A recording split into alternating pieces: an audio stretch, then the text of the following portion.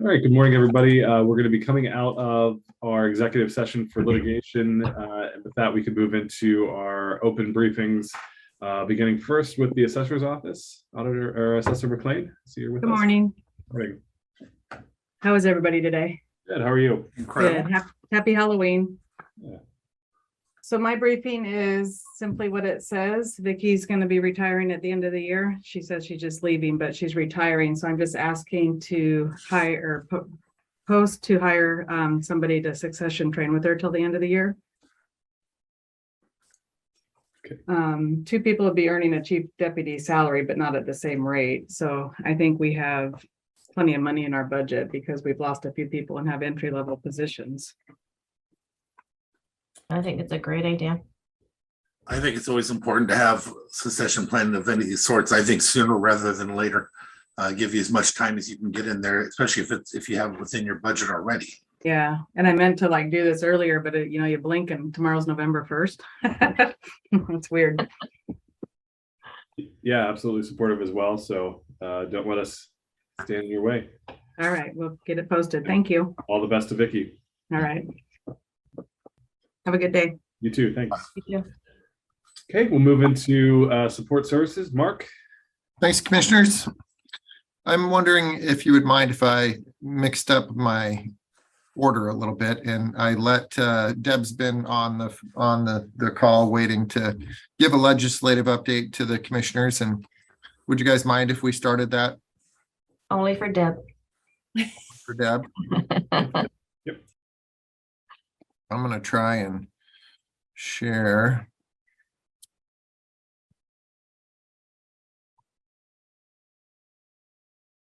Okay, so do you guys see this?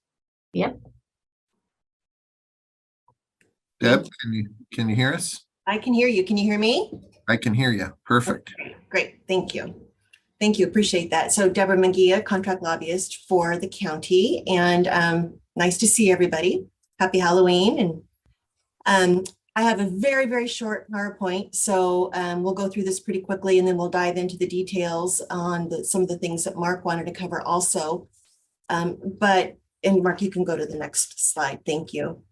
So I'm just going to give a super quick recap of the legislative session background, some of the key changes that we're going to see in the legislature, some of the potential legislative issues, and then we'll talk about the next steps. So the biennial budget session is coming up. That's the long 105-day session, and it begins January 9th. And so amongst all the other policy issues that they're going to be considering, the legislature is also going to pass 3 biennial budgets: operating, capital, and transportation.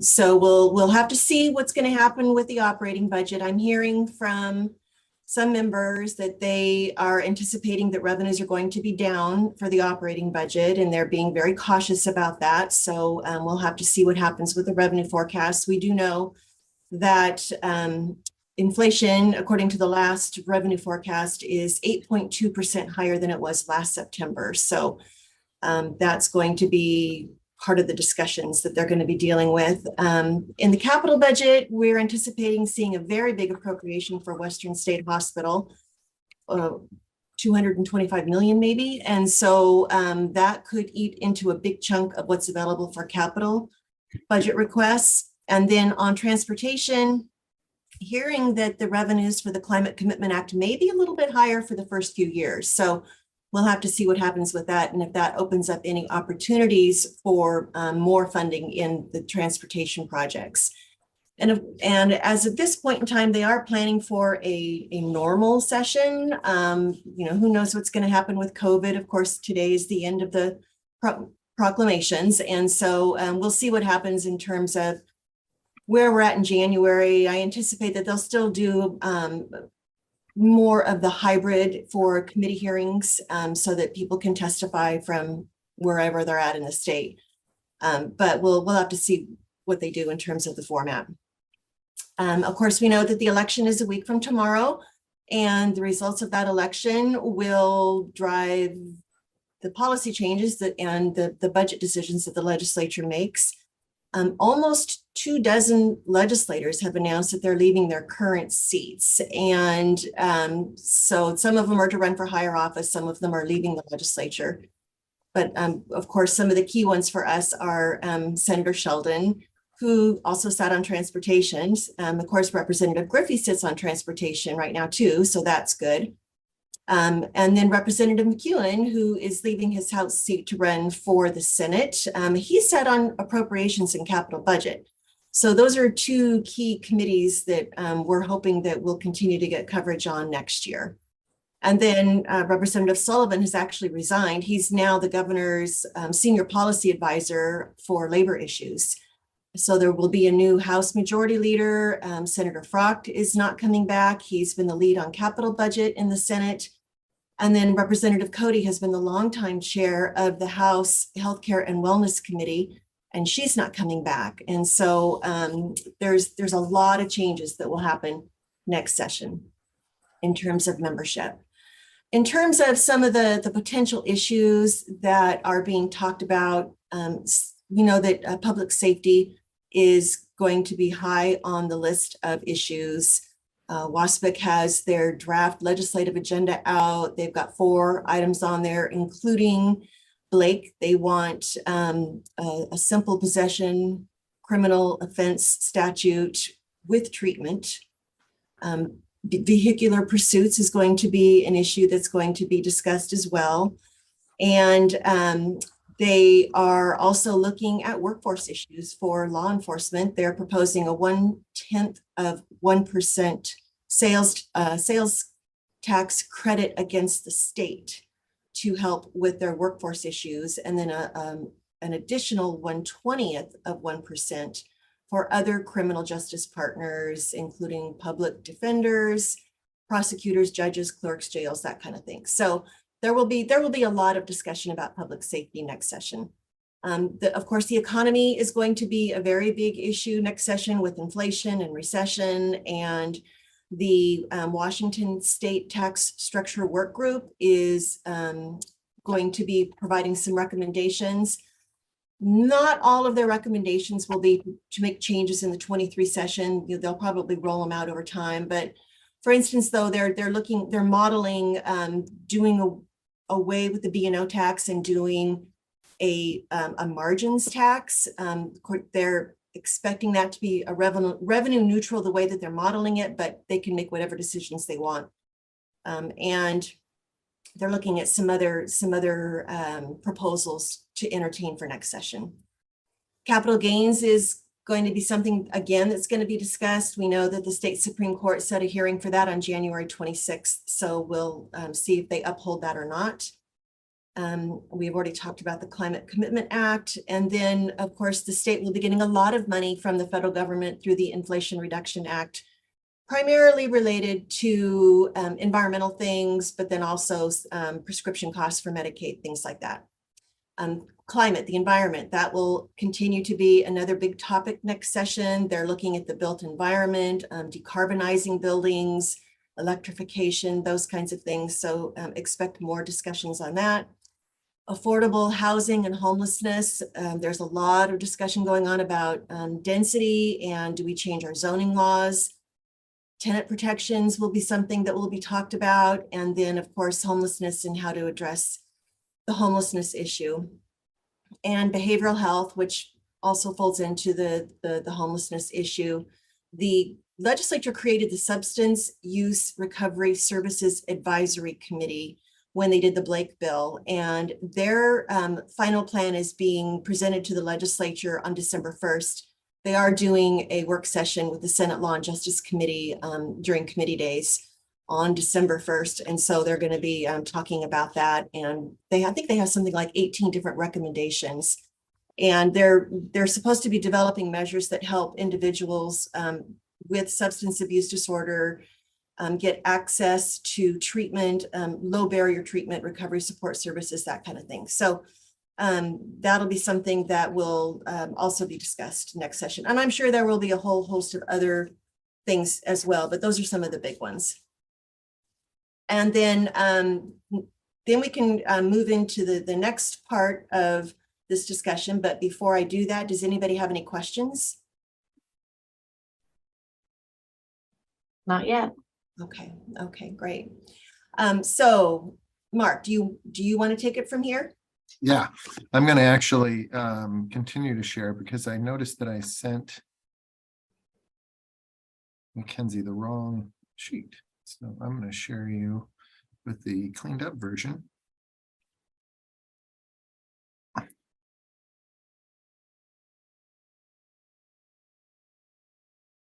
Actually, that's the wrong one.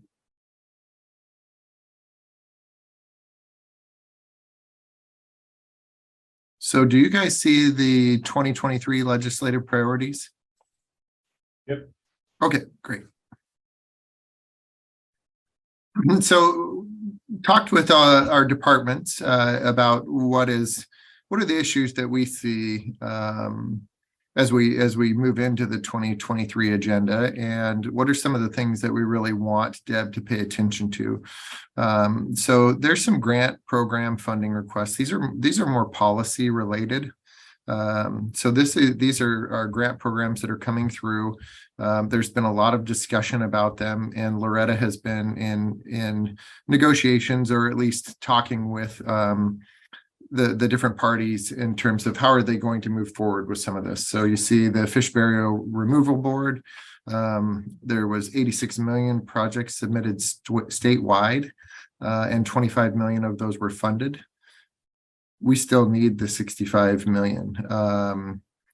There are 3 Mason County fish barrier removal projects. So we would definitely want to ensure that they keep that 65 million in there, and that they don't go take some money out of that. So it's really the PROTECT program, right? So right now 100% to the state in the first biennium to address the injunction, and an agreement for 50 million or 66% FBRB in years 3 through 5, setting aside 25 million for the tribes. Definitely want to protect those things. Floodplains by design. This is again something that we want to protect and make sure. We have 6.5 million in the restoration project for the Mason Conservation District's Skohomish project. Number 4 is the surface transportation block grant. So there is a move ahead to decrease the local share from 79% to 71%. So we believe that we have an agreement struck with the state to keep it at 79. Want to make sure that Deb monitors that, and that they don't go in and try and lower that percentage. Bridge investment program. The funds are split 85% state, 15% local. An agreement was struck at 55% local in years 3 through 5, and an increase to the program cap. So keep your eye on that, Deb, and make sure that that they don't come back and lower that percentage on the local side. And then this pilot fund exchange program, this is kind of a unique thing here in that Mason County receives direct federal funding. And so there is some talk about, I mean, with that direct federal funding comes a lot of requirements associated with how we can spend the money, how we have to document it, all the different criteria that you have to meet associated with those federal programs. The state is set up to manage those things very fluidly. They receive a lot of direct federal money. So the hope is that we can swap with the state our direct federal money, and then they would in turn give us state money that would give us a little bit more freedom and be easier to manage those programs. So that's something that that if the board is interested in doing that, Loretta and her team would definitely be interested in looking into that too. Any questions on those policy level things? Mark, can I just add Please. that the infrastructure, the IIJA work group, they were meeting to talk about a lot of these things. And on September 15th, they released their final recommendations on these splits. There's a couple of adjustments, but they do support the fund exchange, which is the first time that we've gotten that level of commitment at the state level. This has been something that the county's been asking for a long time, but the State Department of Transportation is not supportive because it reduces their flexible state dollars. So there's more to come on this, and there's also Axel from the WASAC is also going to be checking into seeing if there's any possibility for doing the same kind of a state federal fund swap for fish barrier projects. So that would help too. So we'll be watching that.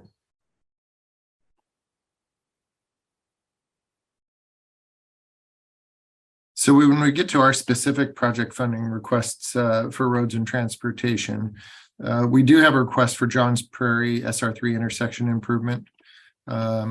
We could do some safety improvements there. The current intersection is operating at a level of service F. I think I was educated on this as we were talking about some intersections up in Belfair. So I recognize that when an intersection is labeled F, then the state puts it up on their priority list to try and address some funding associated with that. So our public works crews would love to see some money come forward to help us address that problem. There's also the SR3 North Bay intersection. And that's a complete intersection control analysis to improve intersection efficiency, SR3 North Bay. So it's at the skewed intersection. SR 302 skewed intersection. And I think I saw Mike on here. So if you have any questions about that, maybe Mike can help us. Any questions on those two intersections? I think they're pretty well known.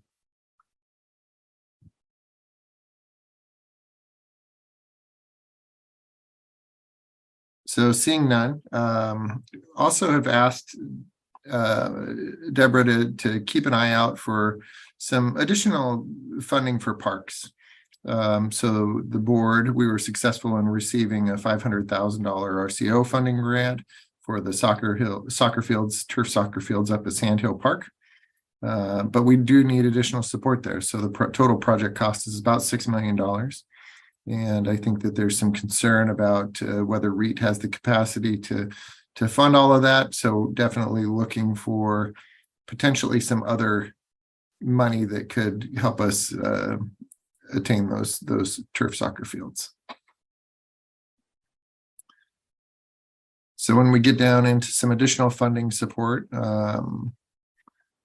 we do get money in 2023 and 2024 for our comprehensive plan update. If there are additional funds out there, we could always use them.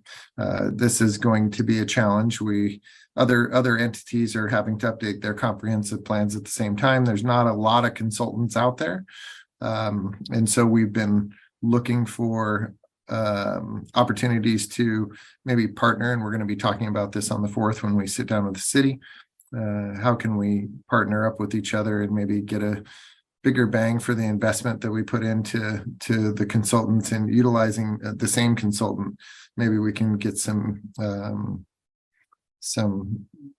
economy associated with that contract, so they're not having to do something similar for us that they do for the city and charge us both. So we're definitely looking into options there. Kel has been working with Jay over at the city of Shelton, and I think they have some great ideas for moving forward with that. But if there is additional money that's hanging out there for comprehensive plan updates, that's something that we would be interested in. Maintaining or extending the 0.09 funding, that's the sales tax money. That's something that doesn't sound like it's a priority on the ledge to deal with that this year because the deadline's not coming up, but definitely want to keep it on the board to make sure people are aware that as a rural county, we still need access to these funds. And this is money that is diverted from going to the state, and it stays with the county. We're looking for potential funding opportunities for jails, both operating and capital. So obviously we have a challenge, and I think that it's a common challenge that I see throughout the community, recruiting and retaining people to come in and work in our correctional facilities. Mason County has done a study on what it would look like, a number of different studies to what it would look like to build a new jail, whether we would want to share that with Grays Harbor County, how does that look, and then some options for expanding our current jail. My concern is I'd love to solve our operational problem before we invest in a capital solution. So it kind of gets down into that next with really all three of these. There looks like there's potential for a lot of federal and state funds, and we've really been talking internally about what resources do we have internally to actually get these projects done if we were to actually receive some additional funding for it, and what resources are external to Mason County that we could potentially use. I think that this has been talked about a little bit on the public works side, but I don't think it's just a public works issue. I think it's an issue that we're seeing throughout all of our offices and departments. And so that's something that we as a group need to focus on and develop a plan for how we are able to effectively utilize any dollars that we do receive and accomplish what we set out to do. And then another topic that I know that we've talked about a little bit, but I wanted to put before the board to get your opinion on, is the potential regionalization of juvenile detention facilities. I know that there's other small counties that are looking into this and seeing what do we need to do, what changes to the law potentially need to occur. I have brought this topic up with Jim Madsen just to let him know this was an issue that was out there. So if there is changes that need to be made to existing law in order to regionalize some of these services, then let's see if we can get that done within this within this legislative session. And is it something that all three board members would like to see us continue to research what options are out there? I think that the challenge is, and especially through COVID time period, we had a very small population within our juvenile detention system. And there's some fixed costs associated with operating a facility like that that are just set, and it can be expensive. And when you want to break it down into what is the cost per resident that we have within our juvenile detention facility, it's a very high bar, very, very expensive to do. So looking at what potential alternatives are out there for that. And then the last item that I had on here was something that Kel had brought up to me.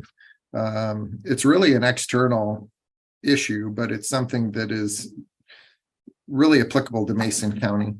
So it's the regional septic treatment facility of Webb Hill.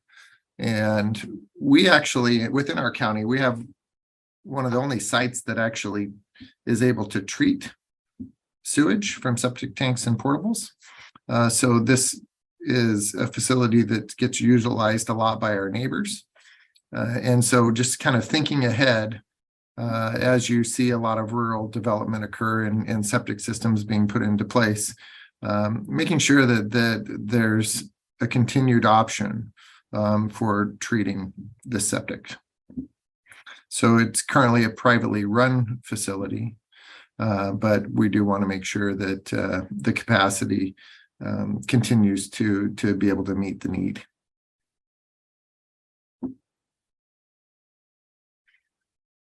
So did the commissioners see anything on there that they're concerned about? Anything that you'd like to discuss further? I think that Deb and I have been talking a little bit about jail funding opportunities, and Deborah, maybe you could kind of give a quick update on that. Sure. So the jails was one of the four priorities that will go before the Legislative Steering Committee on November 14th. And so there have been some meetings from when they identified the top four up until now.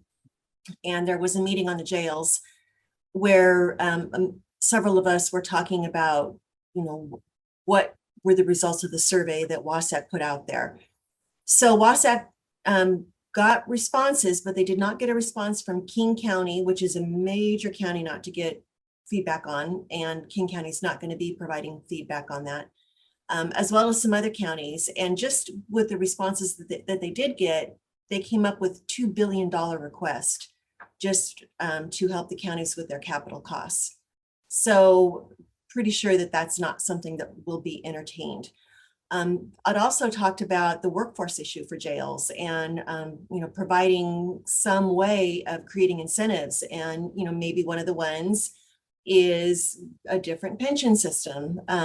And so there was some discussions about the current pension system and collective bargaining agreements and how that would work. And, what kind of a request could be put forward and why are there workforce issues? And I don't know what's going to happen on the meeting on the 14th, but I do know that there is a state committee for jail standards, a task force, and they're going to be providing their report to the legislature in June of 23 in terms of what they came up with. And they're not looking at all of those issues. They're looking at this from the lens of how do we serve the people that are housed in those facilities. But we recognize that all of this is part of the same issue. And so it may be that the recommendation that goes forward from WASAC is to either expand and extend this task force to look at some of these issues in order to come back with recommendations on how to deal with it in 2024, or maybe create a new task force. So I'm not optimistic that there's going to be a big budget ask for jail issues next session.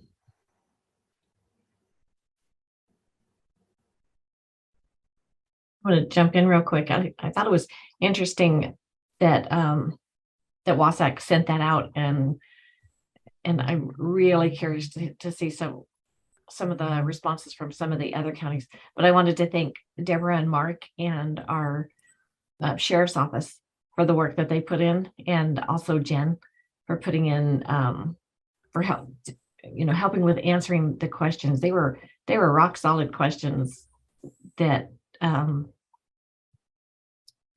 most counties, I would say, except for King and maybe Pierce, we all had the same issues. Well, I think Pierce probably has the same issue of hiring people as well. But I think the 14th is going to be a very interesting meeting, and I'm looking forward to it. I will say that I think that there will be a lot of budget discussions around behavioral health and facilities now that the 988 system is getting set up across the state. They also need to, in addition having the hubs, they are going to be having their mobile teams that need to be stood up across the state. And then they need places to bring people. And so I know that King County has announced that that's going to be a priority for them. And I think that we're going to see a lot of money being talked about in terms of operational and capital for those kinds of things. And that feeds into some of the jail issues too. Right. Can you also give us a little update on Western State, the changes that's coming there? Actually, I can get back with you on that, but I don't have that detail right now. Okay.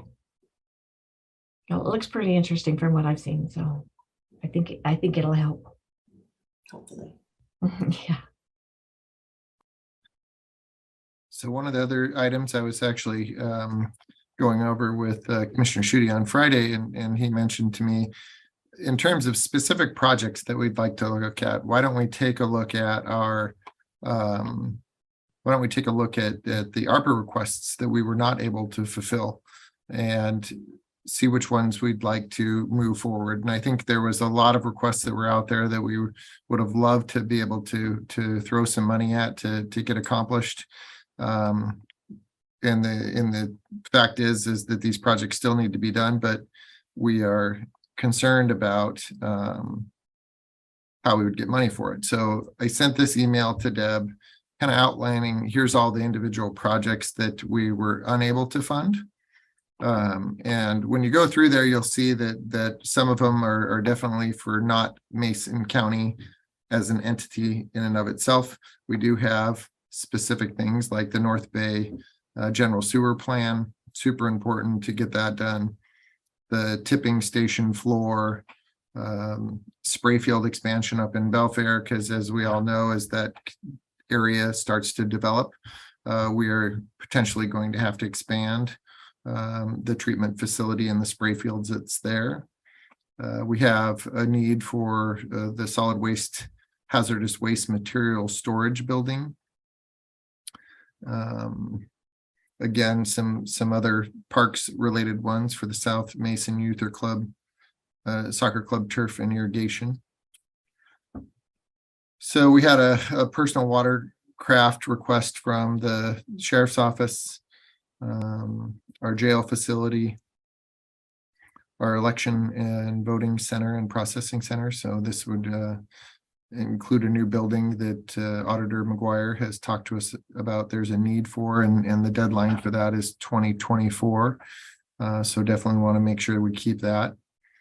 We have underwater remote operated vehicle request from the sheriff's office that would help us in responding to drowning issues. You know, it seems like it takes us so long to get out to a site when there is a drowning that's reported that oftentimes it turns into a recovery mission. So being able to have a remote operated vehicle that they could do from the boat would actually reduce the need for certified commercial divers. We are attempting to get certified commercial divers, and the board probably remembers that we actually provided some funding for them to get their physicals done that are needed in order to maintain that certification. And then this would help because it would really allow us to use a piece of machinery instead of sending folks physically down into the water. There was that second floor addition for the sheriff's office, the night vision and sighting system stuff that we'll see in Jen's budget update coming up, that she still has those on your policy level request forms. Replacement vessel for the South Puget Sound, the sidearm modernization, rifle upgrade, and then you'll see the last one there is a ballot sorter machine. So the ones that are specific to Mason County, are there items on this list that the board would like to see Deb prioritize, and maybe we could come up with a avenue for how she could create a legislative request for any of these. Yeah, so I'll dive in real quick on this. You know, like a lot of the things, you know, at least in past practice on the capital budget, it's highly unlikely to get things like vehicles or boats or things like that funded. So you know, I would just start by, you know, crossing some of those things off, you know, as well as the firearms, which we're also discussing as part of our regular budget process. But things that I see as being, you know, kind of you know, maybe rising to the top on that would be our hazardous waste material building. You know, looking at maybe that $300,000 facility project at the jail. Certainly looking at the tipping floor project. I would say the Belfair spray field expansion, but I think Richard, and he can, if he's on, he could speak to this a little bit more, has still been working with ecology on if and when and how much. So I think there's a little bit, you know, maybe more that has to happen on that project. You know, and I'd also be really interested in engaging with the city on the Shelton Springs Road gravity sewer extension. I don't think they made that part of their legislative ask, you know, but if there's an opportunity for us to maybe discuss that a little bit more on Friday, I could see that being an impactful joint ask between us and the city, just given the fact that we did receive CDBG grant funding to move forward with the water line replacement to connect the homeowners over there. And so, you know, I would be looking at this list for those, you know, really durable capital facility type projects that I think tend to rise to the top when it comes to member requests on the capital budget side.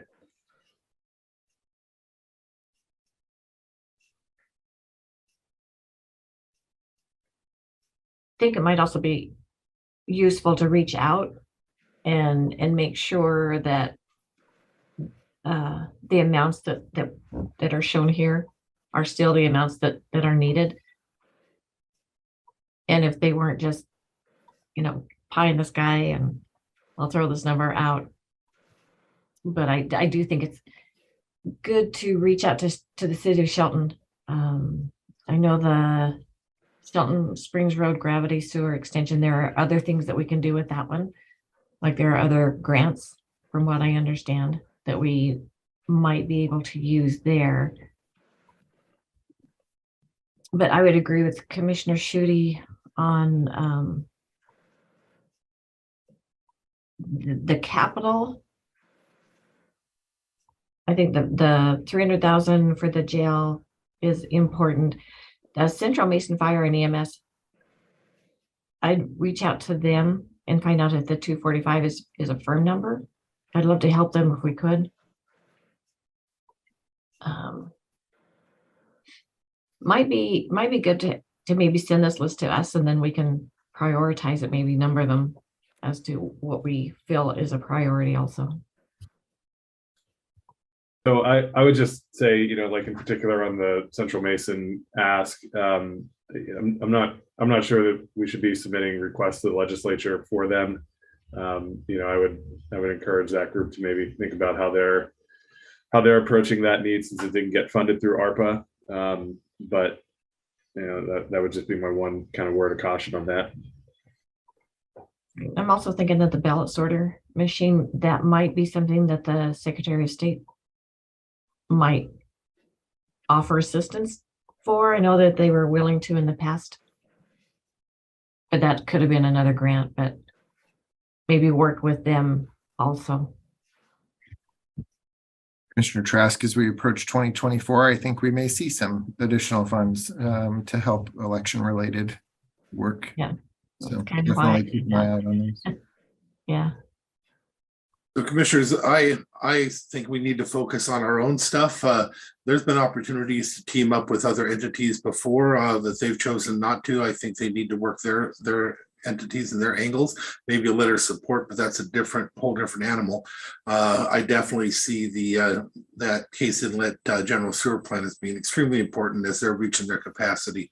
As we're getting closer to the end of that, then of course, our sheriff's office requests and the like, but I think we need to focus on our own with our lobbyist. I'm sorry, did we, I thought we agreed to fund the North Bay general sewer plan out of that fund in the budget for 23. I thought we had approved that PLR. That's what I said that the other day, and I was told no, that we did not. So Jen, are you on?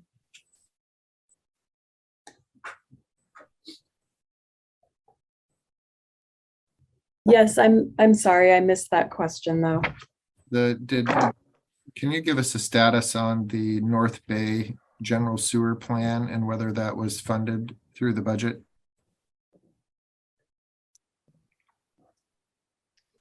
You mean with ARPA funding? No, with other funding, with our own internal funding.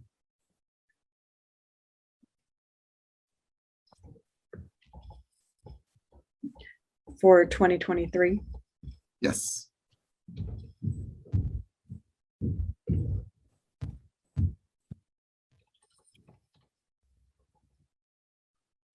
So while Jen's looking that up, I'll just fill in some blanks here.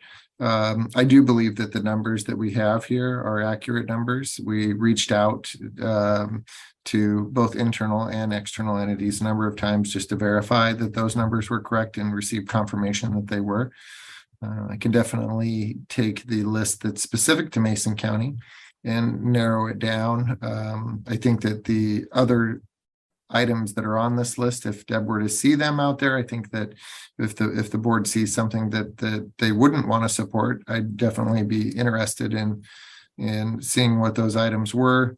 Otherwise, I think that our commissioners are generally in support of some of these other projects in their own individualized approach to receive funding, but definitely not something that is something that we want Deborah to spend a lot of time going out and looking for funding for these other projects, but to focus on Mason County's projects. So I will create that list that's specific to Mason County of the capital ones, and I'm going to pull off the ones that are more operational, still would probably be considered capital in nature just because of their costs, and the items that would be purchased would be used for longer than a year, so it would meet what we would call a capital asset criteria. But we will I will pull some of those off this list, and then we can prioritize the remaining specific Mason County. Yeah. Mark, I don't see included in here anything for the Belfair substation for solid waste, and bringing in skills so we can be competitive and start to function more in the North Mason area instead of everybody going to Kitsap.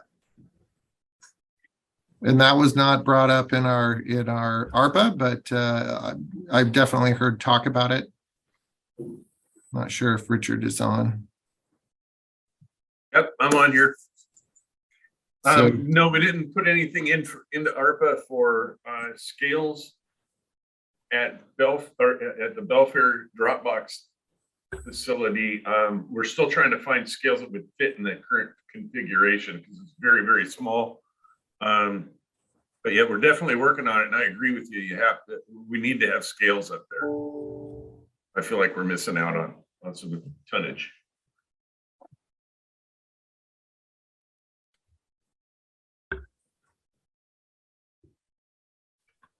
And if I could, Mark, I would suggest that if there are some things on this list that you think that some of the folks will be submitting a local community project request to the delegation for, and those are a high priority for you, they always like it when you come in with a partnership request, because they're helping multiple constituents with one project. So if there are some things where there could be a joint effort, that would be good. And if there are just some things that the county wants as an LCP, we need to be talking with them as soon as possible, because we would want to make sure we're high up on the queue in terms of commitments that are made. And then with some of these things, I think can be grouped into different buckets. And so I know that when the initial ARPA money came into the state did a lot of multi-million-dollar sewer projects. They funded a lot of those, or water projects, things that qualified for ARPA funding. I don't know how much money they have left or will be clawing back for money that wasn't used. But, and I don't know what the full limitations are in terms of the IRA money that's coming in, but there might be some opportunities for some big ticket items that would not be part of a local community project request. And so I'm going to start my discussions with legislators and legislative staff on that, just to kind of get a sense if they're planning on doing buckets on that. And so that might be an opportunity. And then, Mark, you already said this, prioritizing what some of those things would be. absolutely. So Mark, there's nothing, like no subsidy in Fund 403 coming in. So that I think is the answer to our question, that the sewer plan, I think we all agree that it's a great idea and something that needs to be done. I don't think we've identified specific funding for it at this time. I guess Commissioner Nettleman and I misunderstood that conversation when we had it a couple of weeks ago. So I'd put that on the list to revisit during our budget workshop. We can do that.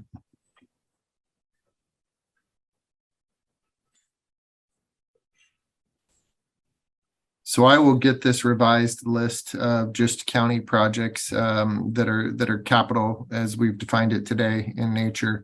And then we can prioritize those and get them to Deborah. I'll bring it back to you next Monday for briefing and we can talk about specific priority order. And if I can take some off, if we've already funded them through our regular budget, then we'll make our list smaller. And then that leads to the last bullet on the slideshow, which is meeting with the delegation. So I guess I will leave it to you to figure out how you want to do that. Do we want to do individual meetings? Do we want to host a meeting with the full delegation and sometime in December to talk about what the county's priorities are? Just let me know what your preference is. I think we should meet with them together, but I mean, obviously, we're not ready to do that at this point. So I think once we firm things up a little bit more on our end and we have actual asks for them that are specific, then we can hopefully that in the next week, then we can maybe schedule something for December. Okay, and I'm happy to begin those requests as soon as possible. Maybe we'll give it a week or so, and then we'll get something on the schedule that works for all of you. Let's give it at least 7 days and a wake up. Yeah. But I think hosting a meeting would be very beneficial. That way they can see it in our faces as to, how important it is, and we can read their body language and advise them.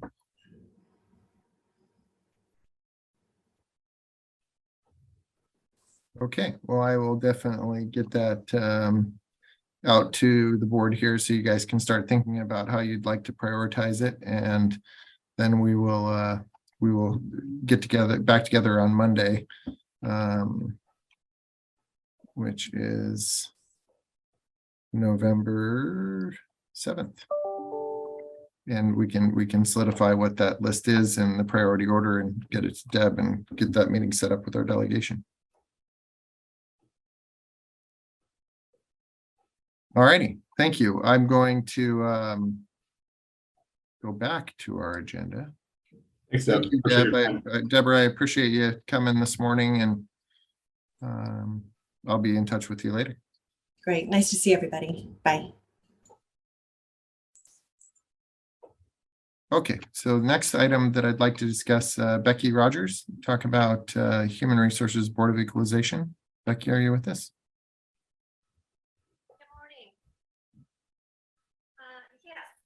Presenting the Board of Equalization's annual request. The Board of Equalization has received a sufficient number of petitions as required by state law to hear property tax appeals for the 2022 assessment year.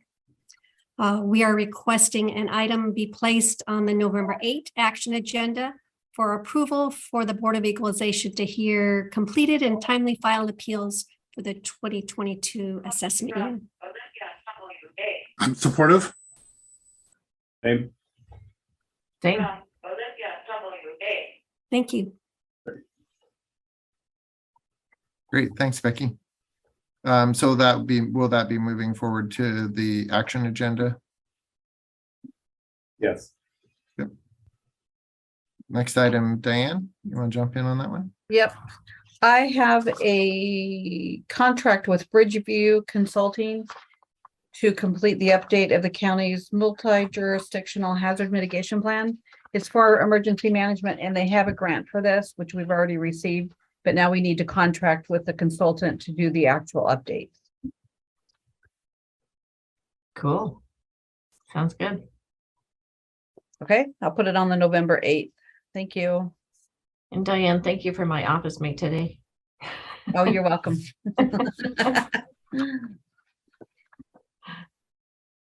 So next item, are you doing that together? Yes, I'll let Mary take the lead on that one. Great. Of course she will. Mhm. So this is a follow-up from the October 3rd request to do some checking on criminal history checks for county employees. I wanted to preface this that I am not saying I'm against this topic, but I do think there are a wide range of factors that we need to take into consideration as an employer. So I had put in there our current state that we're already conducting criminal history checks in accordance with RCW 4994-010. So if they have access to unsupervised access to children, vulnerable adults, law enforcement agencies, we are already doing those things. We did do some research with the EEOC, and there was a recommendation to eliminate any policies or practices that could potentially exclude people from employment based on any criminal record. There's a lot of variables that would go with implementing a policy like this, to include how do we determine what offenses are going to demonstrate unfitness for what jobs, how many years of history do you want to consider? What if the crimes occurred outside of Washington? Do we take those into account? What is the consideration for vacated convictions based on evolving case law, et cetera, et cetera, et cetera. So there's a lot of risk and drawbacks that can go with it. We could potentially look at litigation around discrimination, that we didn't apply it countywide effectively. We're not recording it effectively. Trying to train and audit hiring managers could be a significant workload increase and risk. And then on the request form, I put the excerpt from the enforcement guidance on consideration of arrest and conviction records and employment under Title VII from the EEOC. And then I also put the information on the RCW as well. So I think that based on the intent of the Washington Fair Chance Act and ban the box, this may not be the recommended route, but if the commissioners would like to go this route, it's doable, but it would be a lot of work and a lot of things to consider and some risks that we'd have to work very hard to mitigate. I did check with Tim Whitehead over the prosecuting attorney's office. We can do it, but it's not necessarily a recommendation at this time.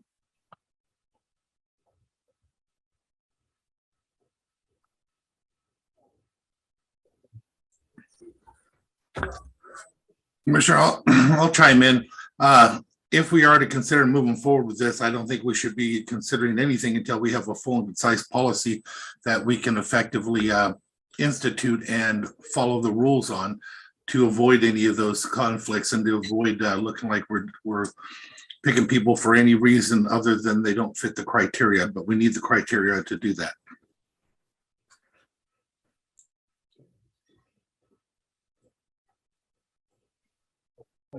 Yeah, I think that I'd like to hold off on a while, or hold off for a while till we have some more information. And I think, yeah, this is a big decision on that one, because I do know that we do, well, we do backgrounds if their job, like you said, involves vulnerable adults or children. So no, I'd like to think on this one a little bit longer. I will say that I did check with some of our counterpart counties, and they are actually struggling with this. They went ahead and implemented criminal history and background checks, which are two separate things, and are now going back and trying to figure out what their criteria are. And so having to backpedal a little bit. And so if this is the route the commissioners would like to take, I just want to be very careful about doing the work up front to mitigate risk on the back end. So in other words, you don't want to put the cart before the horse. If we need to do a cart at all. Yeah, so I think after reviewing this, I think it's tenuous at best to implement, and so I would be fine walking away from this policy, both for employees and for appointees to advisory boards. I think if people are wanting to step up for advisory boards, I will. I guess my concern has always been that when the commission votes to appoint somebody to an advisory board, they're also making a statement about that person's character and their ability to serve the community in a way that's in line with our values. And sometimes those values include second chances. But if there's a persistent record of criminal activity or something comes to light, then I suppose that the commission would have an opportunity to evaluate that, as we have in the past. Whether it be somebody with a open warrant, or somebody with an active protection order, or somebody with an active or open case with community development from a code enforcement perspective, or if somebody misrepresented their educational credentials in any way. I assume that there is still the opportunity for us to revisit those if credible information is brought forward. And so I think given some of the challenges in RCW that are presented here, and just the trend from an employment and HR perspective away from considering this, I think I'm fine tabling it indefinitely. And I don't want to propose solutions that are in search of problems. And so I guess that's just kind of where I fall after reviewing the briefing. Well, I'm wondering too, if we could maybe change some of the questions that we ask. Because sometimes our questions are pretty generic. So I will say that recently hiring managers were provided with a supervisor toolkit. And in this toolkit are reference questions and a script that we're starting to recommend, and also vetting and verifying education, so that when someone says they have a degree, we actually see a diploma or transcripts. I don't know that that's been a trend as of yet. So those types of things I think could help ferret out additional concerns, as opposed to doing nothing, which happens sometimes. Right. I know one of the advisory committees, we did change some of the questions to better fit the requirements of what they actually did on the advisory committee.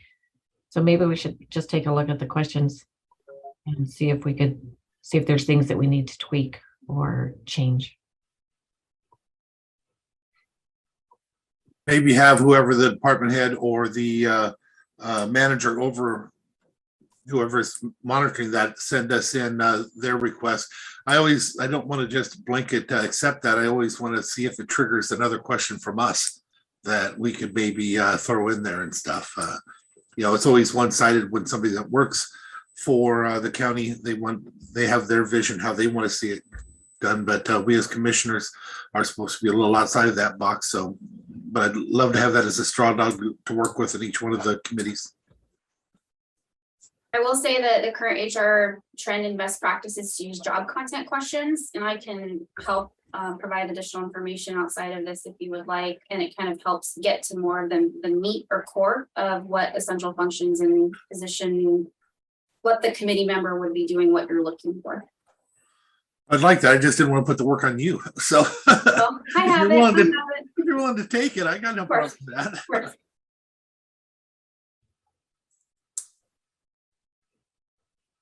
Okay, so just if there's nothing else, I guess what I'm kind of hearing is tabling both of these policies sort of indefinitely, and then looking at maybe some ways we could revamp our questionnaire for advisory board interviews. Is that agreed? Okay. Yep. Okay, great. Thank you. Thank you. So the last item that I have for you on support services agenda is just some amendments to our current county code to reflect the change in the structure of the county, to reflect it how we recently made some changes for separating out community development department, public health and human services. And then apparently back in 1978, Mason County Parks and Recreation Department was established within section 2.48 that no longer exists. So we would throw that into 2.02010. What about the Public Defender's Office? I did not see that mentioned anywhere, and that is under us. That is under us, isn't it? I would agree. I can make sure that that gets included in the resolution that's brought forward on the 7th. Great. Good catch.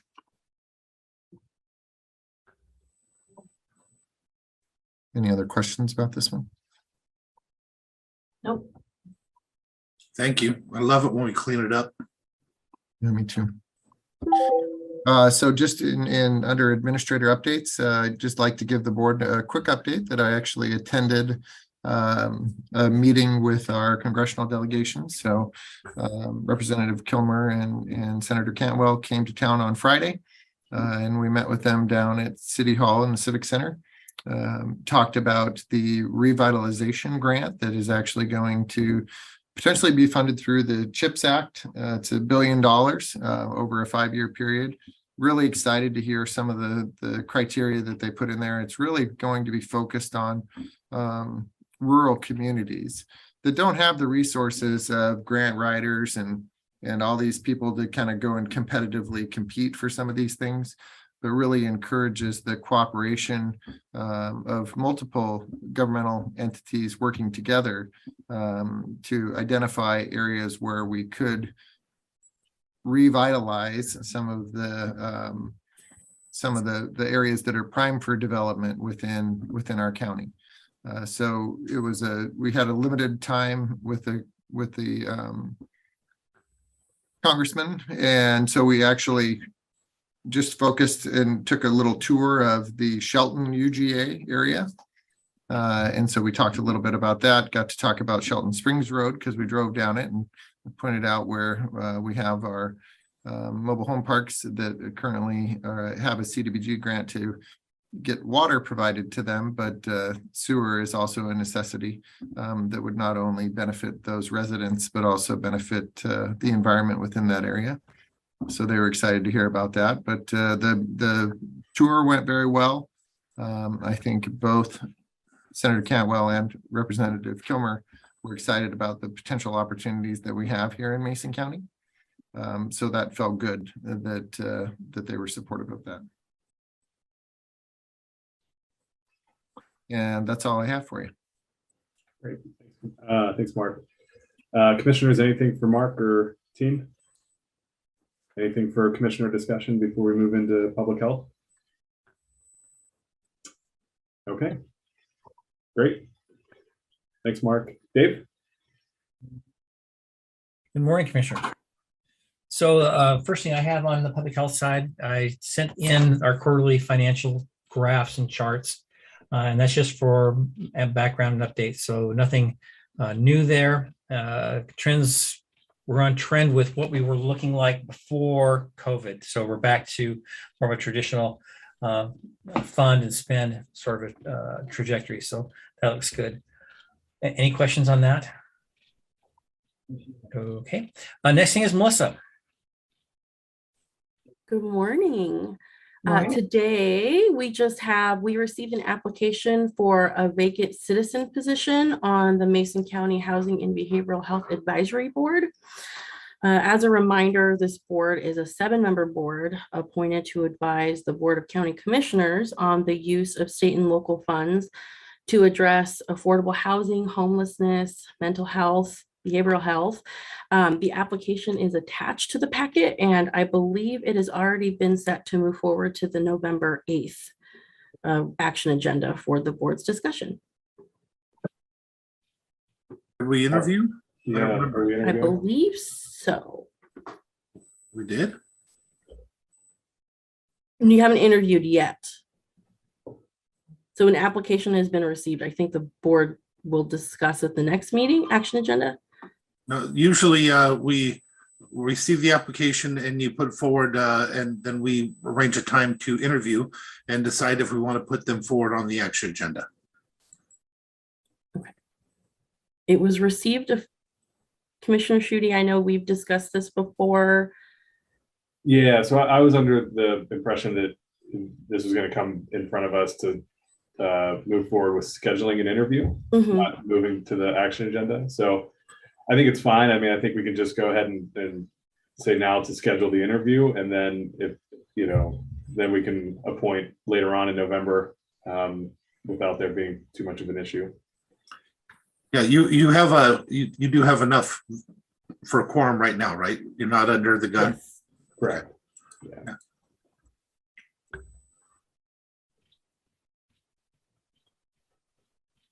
So should we have her contact Diane?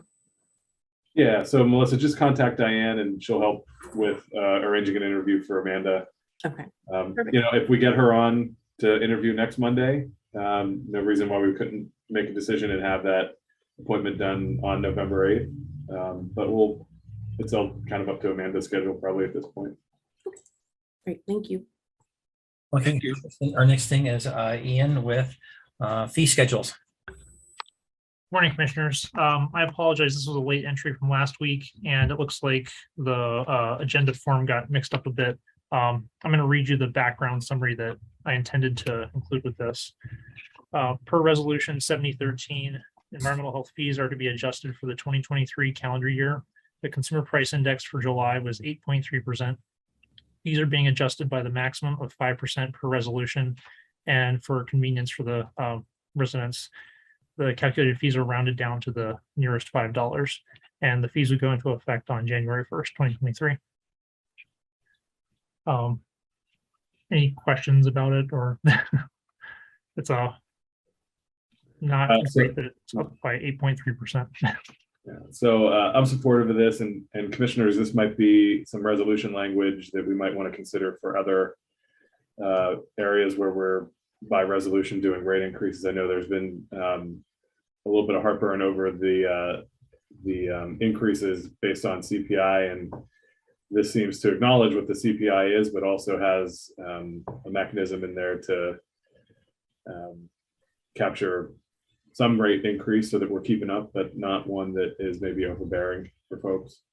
So just a note maybe for Mark and your team when you're looking at those, especially on the solid waste and utility side. I think that's a great idea. We're actually looking at that for parks too. So it's can apply in a lot of different areas. Great job, Ian. Thank you.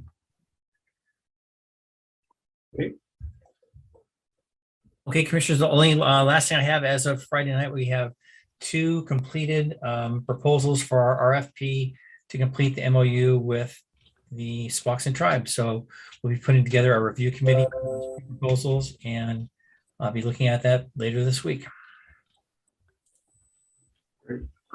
Great.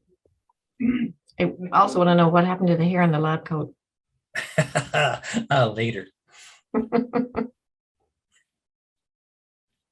All right, Commissioners, anything for Dave? No. Okay, that's all I have, Commissioners. All righty, moving on to Public Works. Well, Loretta and Mike are both gone, so you just have me. And I've just got 2 news releases to get you here. So staying on subject, 2023 solid waste rate increases. Per Mason County Resolution number 2022-27, disposal rates at all Mason County transfer and drop box stations will increase by 9% beginning January 1st, 2023, as directed by Resolution 2022-27. Fees will increase each year by the amount of the August to August consumer price index for the Seattle-Tacoma Bellevue area. This increase is to cover the annual cost increase experienced by the county to operate and maintain the Shelton, Footsport, Union, and Belfair transfer drop box locations. And I believe there is a attachment of the rates that you have. Any questions on that or comments?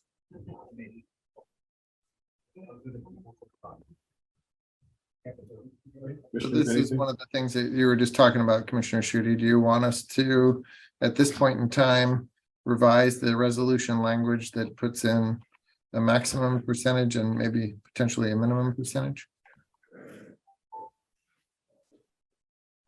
I would be open to that. You know, I certainly, like I've said in the past, I don't think we can go with freezing them. I don't think that's a good matter of policy, but if there is an alternative on the books that we could implement, I would be open to that.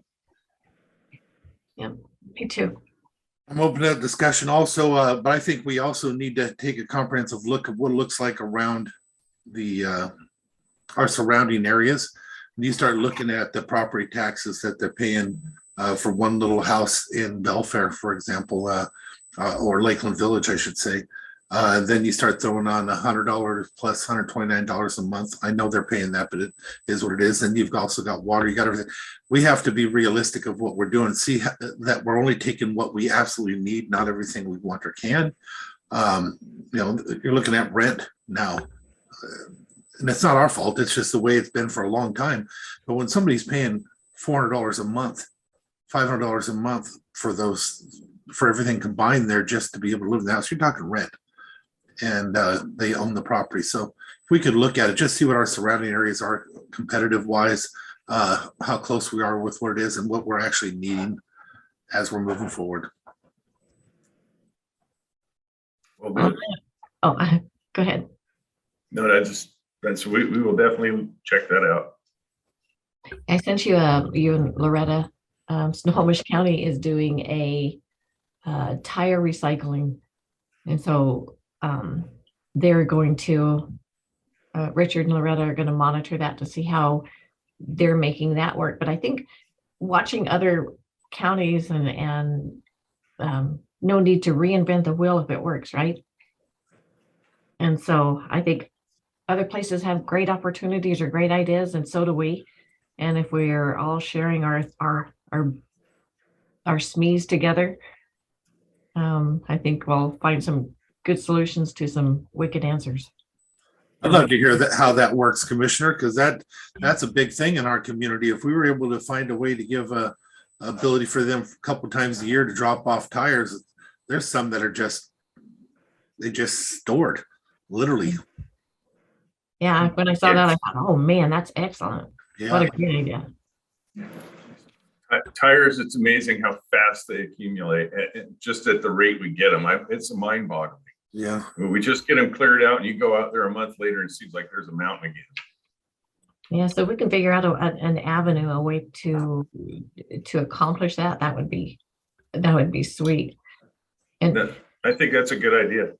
yeah, it's kind of a benefit with the state boards and the context that you make on these boards, because they have some, counties working together. It's pretty cool. And we need to. Hey, Richard, can you tell me what is that? So the 9% increase in the solid rates. So if I were looking at a 1 can, 2 gallon, what does that look like for an increase from 2022? Let's see. I think I gotta pull this up real quick.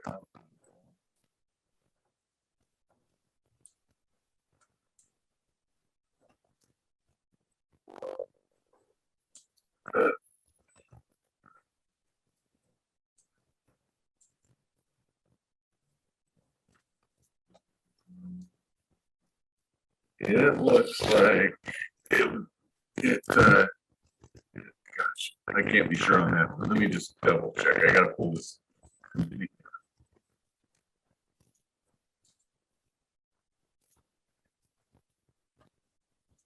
And then that also increased the rates for waste management too, correct? Mason County.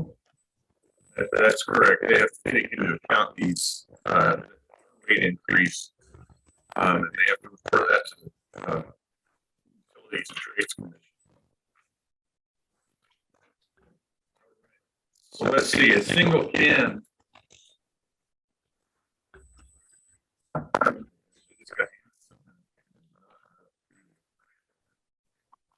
Your microphone is kind of going in and out for me. I'm not sure if everybody else is hearing the same type of feedback. It sounds very raspy.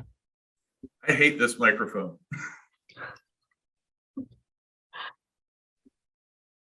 Oh my goodness. So a can last year was $5.97. And see, this year it's $6.51. So roughly 60 cents. 54 cents extra for 1 can of garbage. Okay. And then I think it'd be interesting to see any increases that we see coming for our disposal side of it. So did they increase their tonnage fees associated with Oh, definitely. I haven't got their, like Republics, I haven't gotten their increase yet, but yes, it goes up every year as well. Alrighty, well, we can definitely take a look at that. We'll take a look at the environmental health rates resolution to see how it's worded in there and potentially bring that back before the board. So let's hold off on doing these announcements at this time. Can you hold off on doing these announcements, Richard? Yes, actually, the only one that was going to be time sensitive was the solid waste. The other one is ours to implement it at our discretion.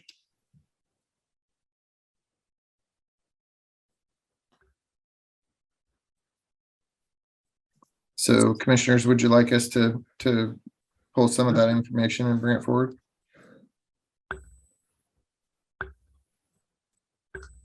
Yeah, so, oh, go ahead.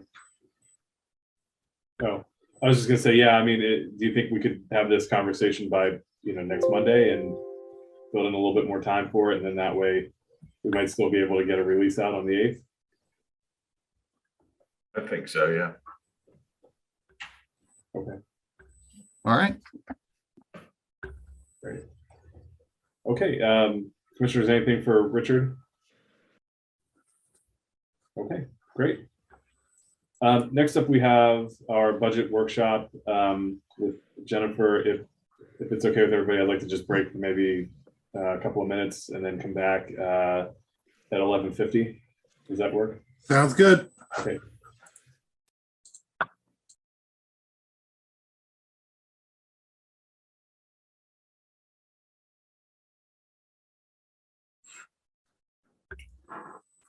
Okay, commissioners. Jennifer, are you ready to go?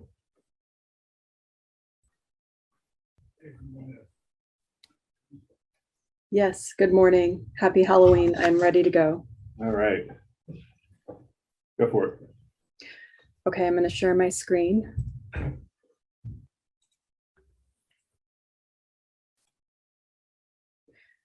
Okay, starting with current expense or the general fund.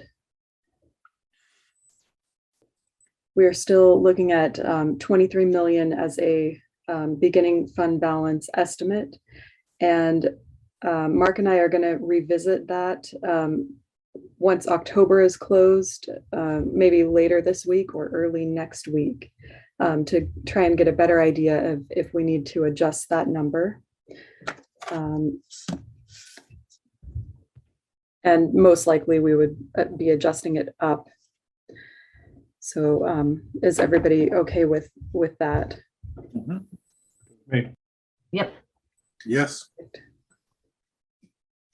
Okay, and then one other thing, and I think I might have mentioned this in past budget workshops, but the wording in the fund balance policy for adopting the budget is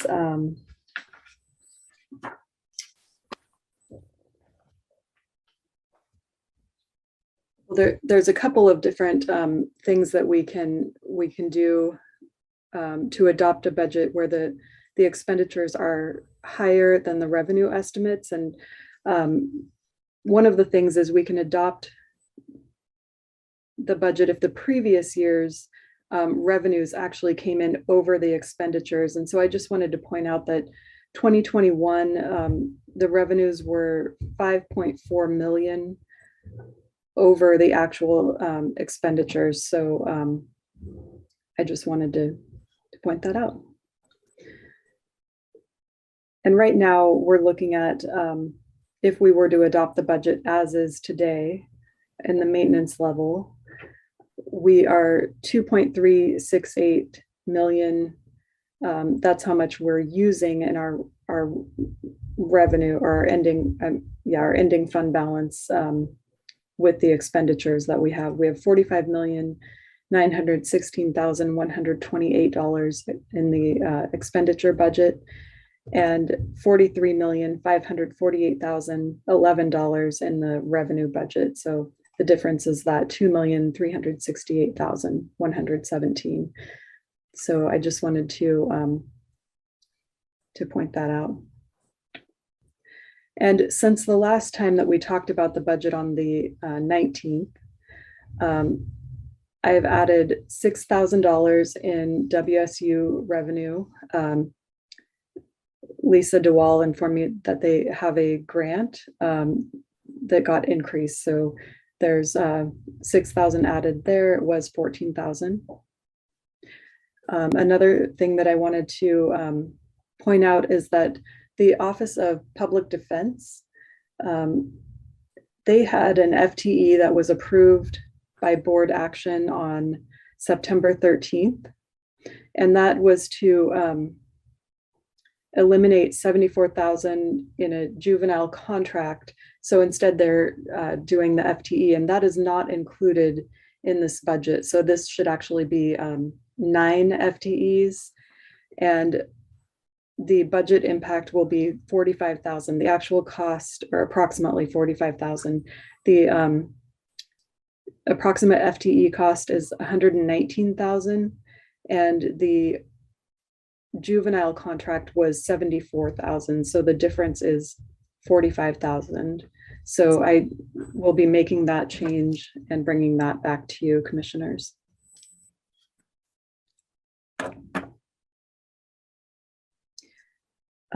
Any comments or questions so far? I appreciate you making note of that. That helps me. Thank you. Thank you.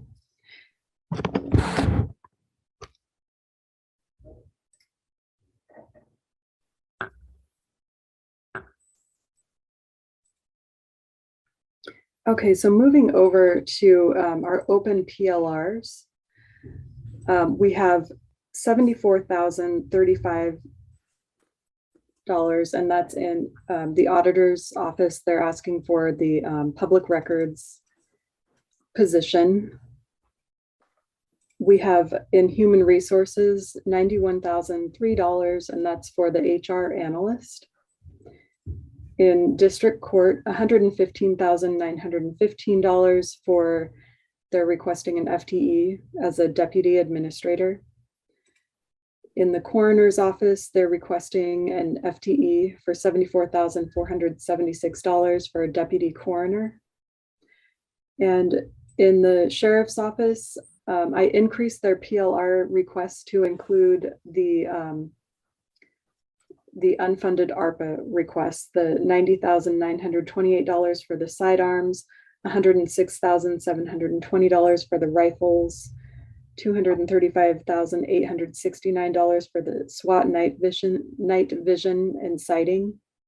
And then they have their remaining remaining PLR request, which was the 4 deputy sheriffs at $97,698 each, overtime of $165,000, the animal shelter program $169,900, the BHO contract, which is $80,000 with offsetting revenue, trackables of $65,000, which $35,000 of that has been approved, so there's $30,000 remaining in that PLR request. And I think I also included the vehicles for those deputies, and I just didn't make note of it in the PLRs. I think I made note of it. Yeah, I made note of it in the notes over here, that the vehicles are included in there, and that's $178,000 for 4 deputy vehicles. And after a meeting with Enterprise last week, it looks like the vehicle cost is actually going to be a little bit higher than $44,500. We're having a really hard time getting any new pursuit vehicles. And so those are looking more like in the range of $47,000 to $48,000 for that first year. So just wanted to give you an update on that. And so that is all of our open PLR requests that come to $1,802,638. So far, we've approved $501,571, and that amount is not included in the $1,802,638 number. So altogether, the PLRs were $2,304,209. And of this $501,571 that has been approved, the one-time PLR costs that we've pulled out are $111,094. So any questions or comments so far on any of this?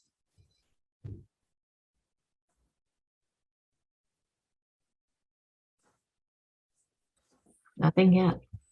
Okay, thank you.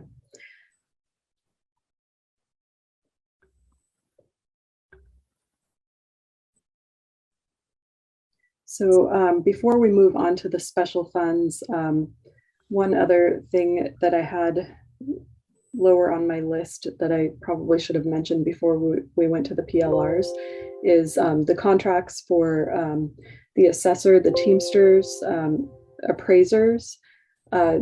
We added $21,050 for their $21,050 for their closed contract, and I still need to add in the prosecutors, their clerical formed a union, and I need to include those costs. I assume they'd be somewhere in that ballpark, about $20,000, but I'm not positive on that. And the medical that was approved last Tuesday, the medical rates, that has not been included in this budget either. And that's going to be a little bit more difficult for me to calculate since not everyone uses that's on a tiered rate, uses the full medical amount. And so I'll need to talk to Mark about how we want to calculate that and get back to you on that. Well, I'd be comfortable with a little bit of cushion in how you do it, so that I'd rather you overdo it than underdo it. Yeah, I can budget everybody at the max rate and then come back to you with those numbers. That wouldn't bother me. Okay.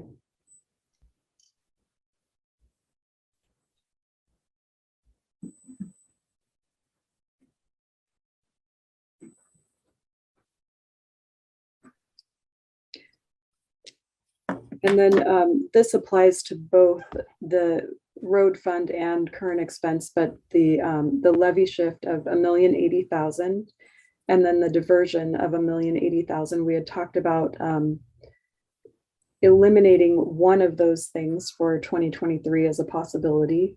So I am bringing that up again now, and we can take a look at move over to the special funds and look at roads and see how that would affect them.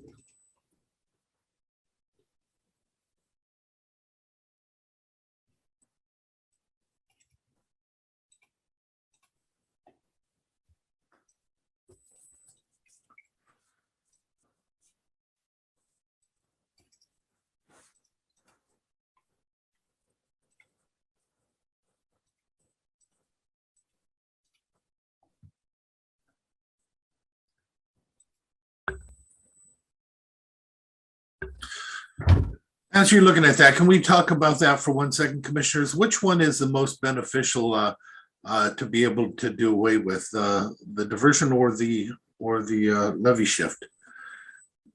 Definitely the levy shift, I think, if you're asking my opinion. Yeah, why? Because the thing about the diversion is then they wouldn't have to do the tracking, right? I think that even if we did away with the diversion, they should still do the tracking, because at some point we are going to need that money again. I think it would be foolish to get away from tracking that, because it's kind of a difficult thing to put into practice. And right now it's being done and it's a routine. So, so I would recommend keeping on tracking that. And the levy shift does come with a little bit of a cost to the county where the diversion does not. And so that's another reason that I would recommend eliminating the levy shift rather than the diversion. And if we do away with the levy shift, though, will it make it harder to get back if something was to happen? Because then they can also charge up on their amounts, therefore limiting what can be charged or divert or shifted, right? That would be a question better answered by the assessor's office at this point, because I am not versed in how that effect happens. So I know enough to know that it's very complicated and that I don't want to answer that question. What I don't remember is whether there's a limitation on us going first, them going first. Because if we go first, then it makes a difference on how much tax they can charge. If they go first, then it makes a difference on how much shift we can do. It's still staying within the maximum capacity they're allowed to do at tax in the city. Yeah, I can get more information from the assessor's office on that.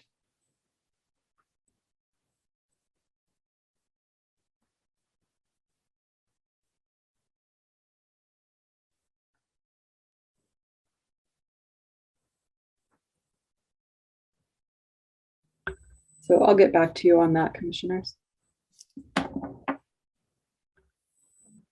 Looking at the special funds, where we're at so far, we have $107,347,789 in revenue, and then also in expenditures. The policy level requests, I have moved everything into maintenance because we were looking at the ER&R rates, and I did go over those with Loretta and Mike and Teresa Johnson, the CPA, who did the rates. And the way that she had calculated the rates was in the same manner that that I had done them for the last several years. And what we did is her rates were, I believe, at 2.7 million for roads.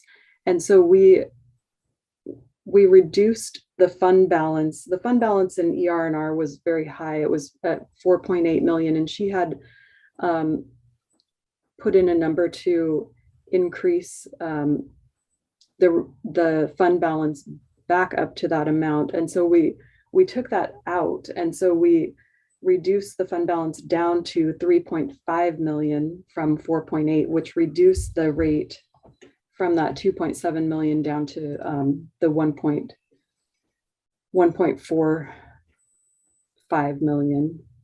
And so we wanted to run that by you, commissioners, and make sure that that you're okay with doing that in 1 year, because we could do that over a several year period. It was Loretta's preference to do it in 1 year.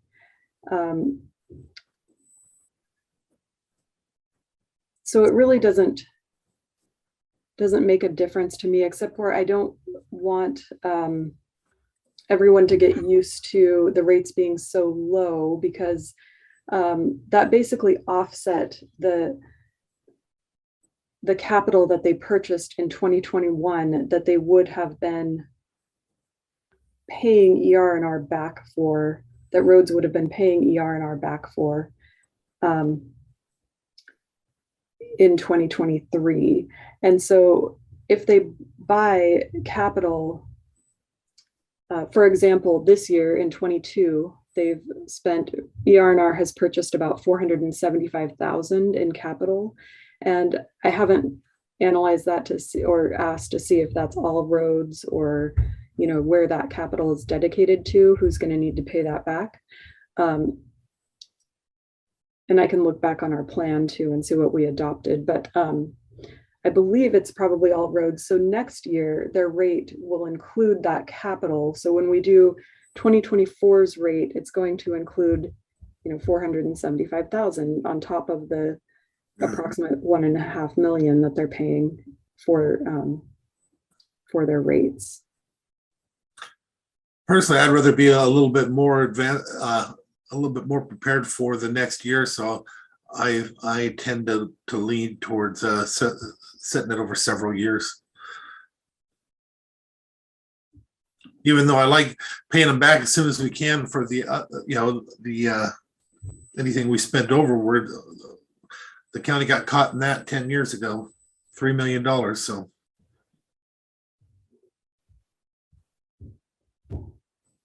So Commissioners Schutte and Trask, do you have any feelings on that? How you want to do that? Do you want to do that over a several year period or in 1 year, or do you want more information on that? I think I'm okay with what Commissioner Netherland was suggesting. that'll help keep us from a sticker shock next year, right, Jennifer? Yes, it would help offset any sticker shock. Yeah, my hesitation in doing it all in 1 year and eliminating the levy shift is Rhodes is going to feel really great about their, position for 1 year. And you know what I mean? And so it's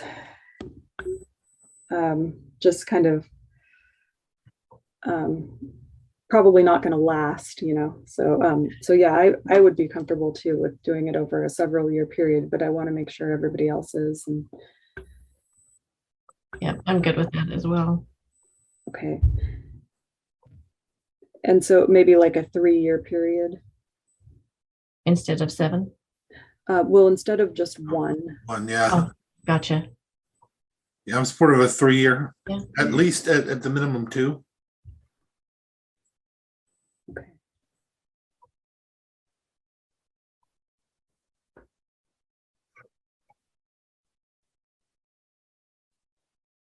Okay, so I'll redo the rates at a 3-year, eliminating, or not eliminating, but reducing that that cash balance down to 3.5 million over a 3-year period, and then I can do a 2-year period also and send it to you commissioners and Mark and Public Works and see what everybody's feelings are on that. We can bring it back again when we talk about the budget, whenever we decide to do that next week, probably on Monday. And then Loretta would be back as well, and that would be helpful for her to be here. Mark, do you have any thoughts on this at this time? No, I don't. It's I think that it's a good move.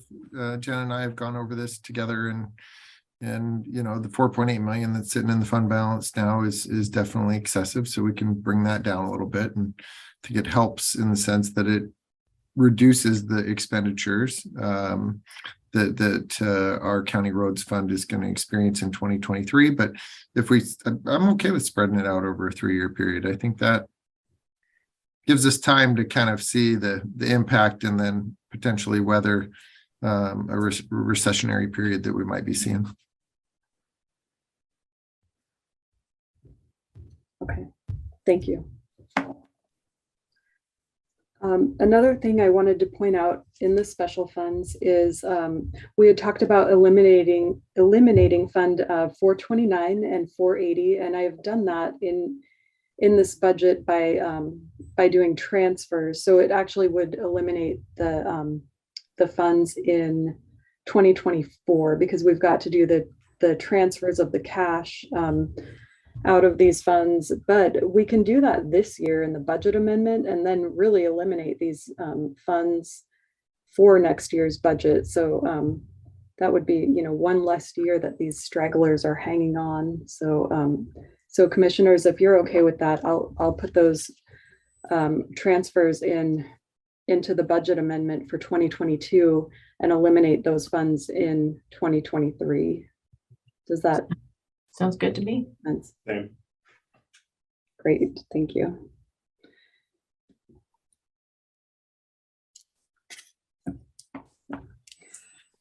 Okay, we went over the levy shift and diversion options. So the obligations for the 0.09, the sales and use tax, and then the REIT 1 and 2 funds.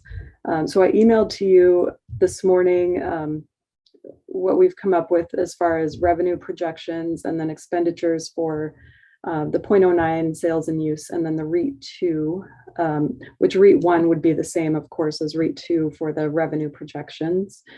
And then nothing has been paid out for 0.09 so far this year.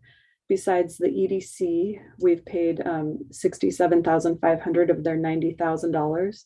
The internal allocation and SAO charges. There is $62,000 budgeted for Russellwood in 2022 and REIT 2, and also the $800,000 that we transfer to Belfair Sewer every year. And neither of those transfers have been done. So we can do those in right now and then get on a regular schedule next year for transferring those out. And I did talk to the city of Shelton. I talked to Terry Schnitzer, and she said it's fine to receive the 0.09, the sales and use tax funds early or earlier than December, so we can come up with a time frame on when to send them their payment for the sewer. So on that, I'm a fan of earlier. The reason why, again, is just so that when it comes time for budget time, more especially, we have a accurate accounting already of those funds expended, rather than trying to figure out where we're at, where we're going to be. A lot less work, but aside from that, though, it's just nice to know where I'm at in my budget early. Okay, we can plan to do that by May of each year. That way it's included in those June 30th numbers.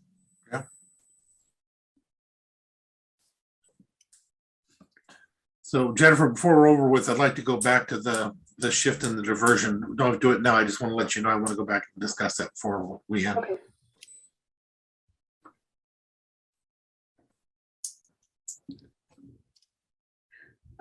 Also talking about the sales and use tax fund, the Port of Grapeview, I did receive their $20,000 request, the official request. And so I'll add that into the budget. It's not included in these numbers, so I'll add that in.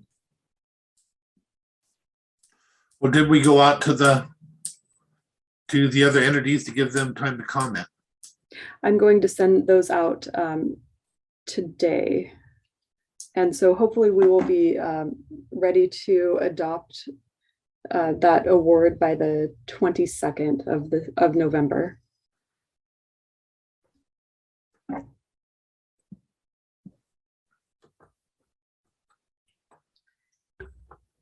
So the next thing on my list is going over the debt pay down options.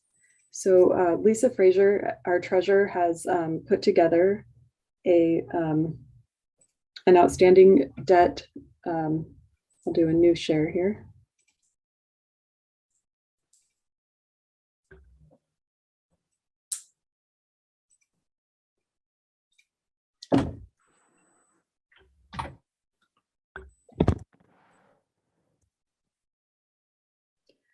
So here is our outstanding debt as of October 18th. And here's the outstanding principal amounts, the prepayment date when we can pay these off, the interest rate, she added that in. And then I added in a priority order after Mark and I went over these. So the highest priority I would think to pay off would be the jail bond. It's $1,020,000, and it can be paid off after June 1st, 2023, on or after June 1st. And part of the funding for that, $30,000 comes from REIT, approximately $65,000 from current expense, and then we receive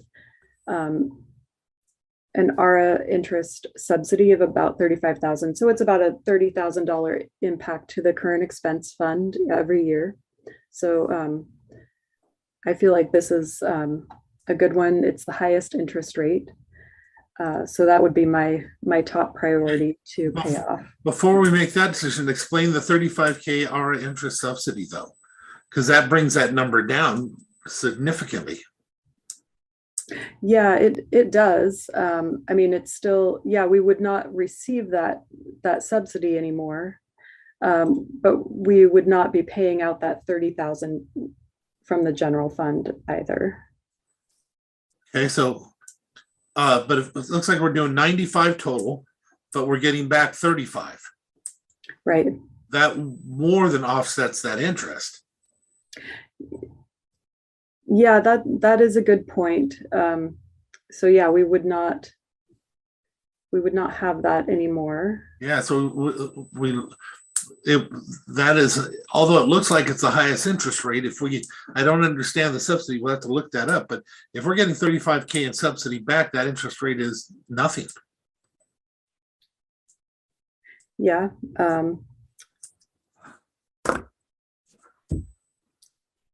So yeah, we could definitely look at something else if you don't want to eliminate that one. Two.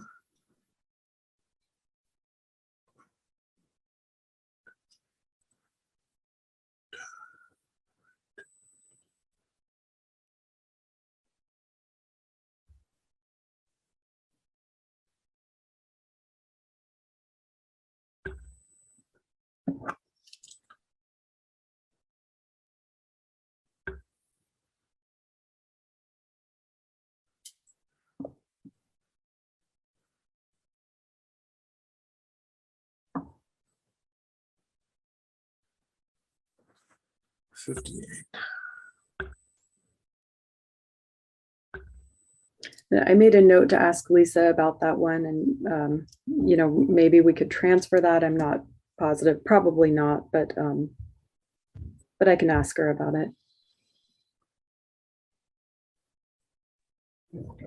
Don't we also have some money in, because we're talking about the Belfair sewer and the reserve. So in 2027, we should be able to pay those off too, right? Correct.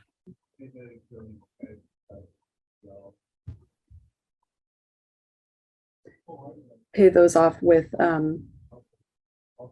REIT 2. Oh, okay, gotcha. Yeah, because we also have the 500,000 that we received from, I believe it was Department of Commerce, and that's not included in this budget either. Right, those are the Department of Ecology to pay Okay. them off, right? So it's ecology and one other, I believe. Yeah, it's to pay off Department of Ecology loans. And then the remaining 300,000 was going to be utilized to reduce the amount that we transferred out of REIT 2. So right now we're budgeted to transfer 800,000. So in if we receive that money in 2022 to make those payments, then we could reduce the amount that we actually transfer to Belfair by that 300,000 in 2022. And is that money supposed to be received in 22? I thought it was. I talked to Loretta about it the other day, and I don't think we've received it yet, but I do believe that paperwork was supposed to be done. So, and who's requesting that? That's done through. We filled out the paperwork with Department. It was Department of Commerce. Yeah. I mean, who internally is requesting that? I think that information came through Public Works. Okay, I'll follow up with Loretta on that. Yeah, I believe it was a capital budget item. So Jennifer, I just did the math on that. It looks like 3.5% of that 5.7 is given back to us. Okay, well, if that is, you know, a good enough incentive to keep that, I mean, we can definitely look at paying off something else, or, I mean, you don't have to pay off anything. One question I would have is that a variable? That's an awful high percentage rate. So I'm wondering if we somehow got ourselves into a variable. I don't believe so, but I can ask Lisa about that as well. I believe if it was a variable, she would have put a range in here. Well, actually, it's 2013. I take it back. I just realized that wasn't the one we did in 18. That's one in 13. That's a long time difference. I think the interest was high like that then. Never mind. And we were unable to pay it off early. So that was June 1st, 2023 is the first. Yeah. We could actually pay it off. So that's probably why it wasn't refinanced.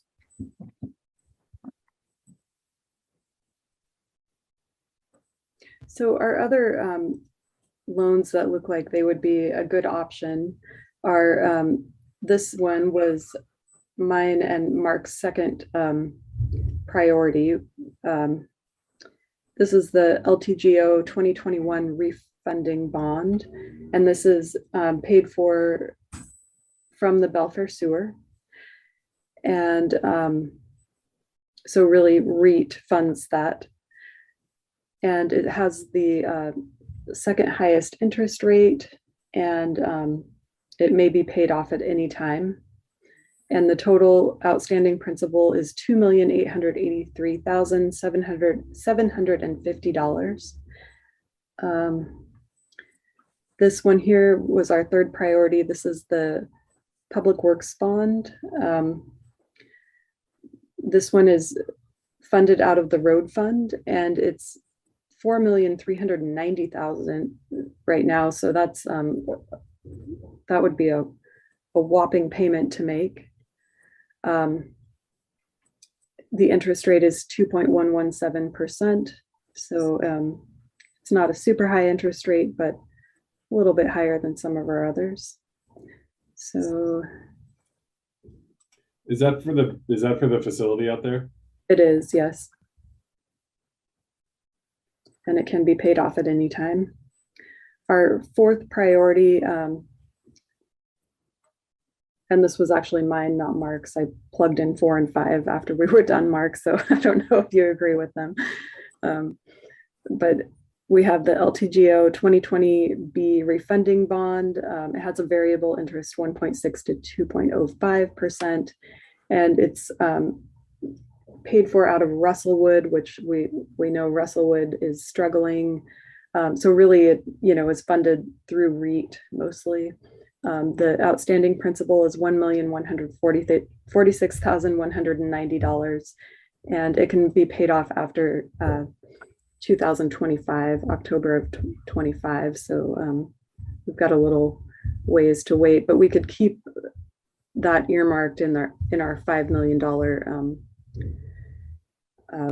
capital reserve. We could, change that to a debt repayment reserve or whatever we want to call it.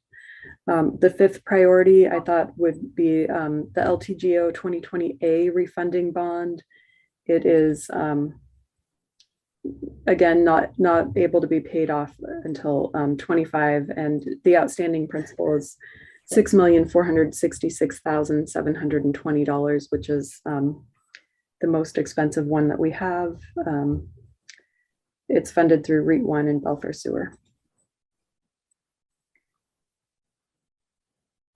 And then if we go down to the utilities, we have an LTGO bond that's paid for out of North Bay, and it's not able to be paid off until 27. And I didn't rank this one because North Bay is not a struggling utility. It is operating just fine. They make enough money, and we don't subsidize them. And Beards Cove is the same. They make enough money off of their rates to operate and break even, and then some. So yeah, but then again, $130 for North Bay, $130 a month. We can always operate well when we're charging more money to on the collection side, but is that a realistic amount? So we maybe could look at that still. Yeah, I mean, the principal is high, 3.935 million. So I didn't rank that one because I didn't feel that most likely the general fund wouldn't want to subsidize that sort of payment to North Bay when they're really, I mean, we could lower the rate and they would still be, I think, functioning okay, or lower the rate a little bit. I mean, it's, I don't know. That would be more of a question for Loretta and Richard and probably Mark. Next, we still have to remember there's O&M. So the Belfair wastewater DOE, those two loans at the bottom, those Yeah. are the two that should be paid off. Correct. With the CDBG funds, not general fund. This exercise that Jen was going through was if we had funds that we wanted to utilize to pay off debt, which debt would you recommend that we pay off? Right, but I believe that those are the two that we got money from Commerce from the capital budget. That I is believe correct. those were the two. I would They agree are. with you. Yeah.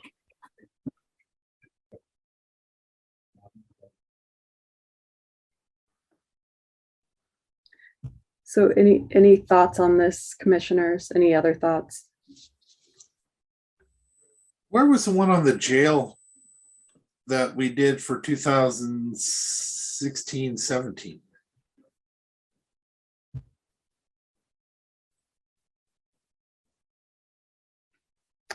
The one that we did on the jail for 16 or 17. I don't know. Can you look for that one later and let us know? We borrowed money. We made a deal also with Johnson Controls that it be paid for with cost savings, with power savings. I believe that was 16 or 17. I believe that just by the looks of the repayment and where it's tied to, Commissioner Netherland, I would imagine that came out of that 2013 issuance. I believe it was. Can you scroll up a little bit? So where we have the annual funding source coming out of REIT 1, Yeah.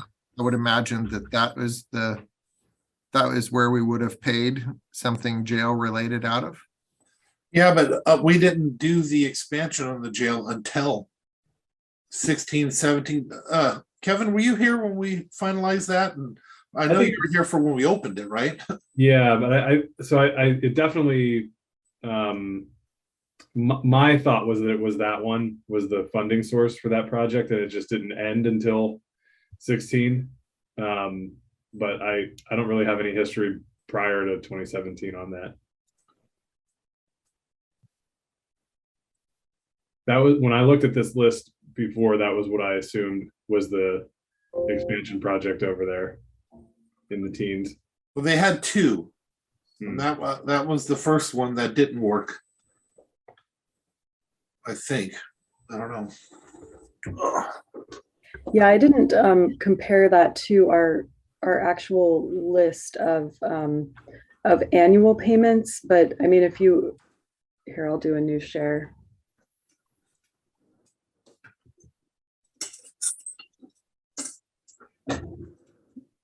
These are the payments that the county pays out for debt every year. So we have the Public Works Bond Fund, the LTGO refunding bond for North Bay, the 2013 B jail, which is the one that we just spoke about with the $1,020,000 owing still, the LTGO refunding bonds. And you can see who pays these payments. So we have REIT here, then it goes into a bond fund. We have Russellwood.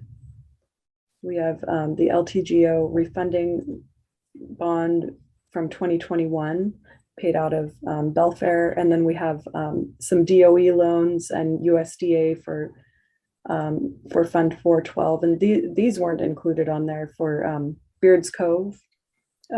Those weren't included on Lisa's debt list. We have the interlocal agreement between the city of Shelton and Mason County, which I added to this list just because it's an obligation owed by the county to the city, paid out of 0.09 funds. So I don't see anything for the jail other than that 2013 B loan.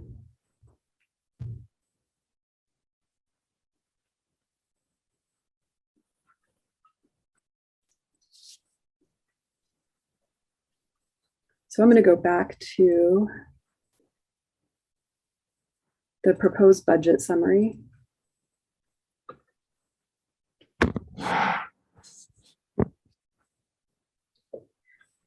And the only other thing that I had to bring up was the North Bay subsidy from ARPA. We didn't, fund anything to North Bay. And then we talked a little bit about the CPI for some of the utilities this morning. And then a couple of follow-up things on the jail. We have the increased medical costs and then outsourcing. So going back to current expense. So those are the only other things that I had on my list to talk about for today, commissioners.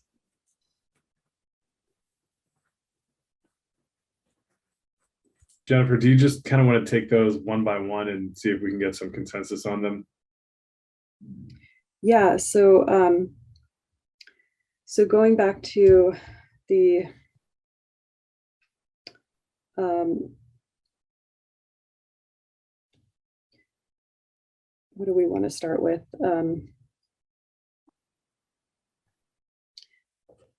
Let's start with the North Bay subsidy from ARPA, or that was applied for. Did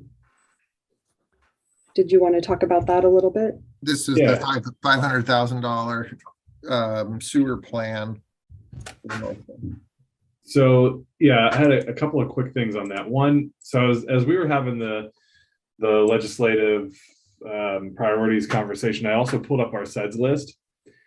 And on the SEDS list, this project is listed on there as well, but for half of the cost, I think.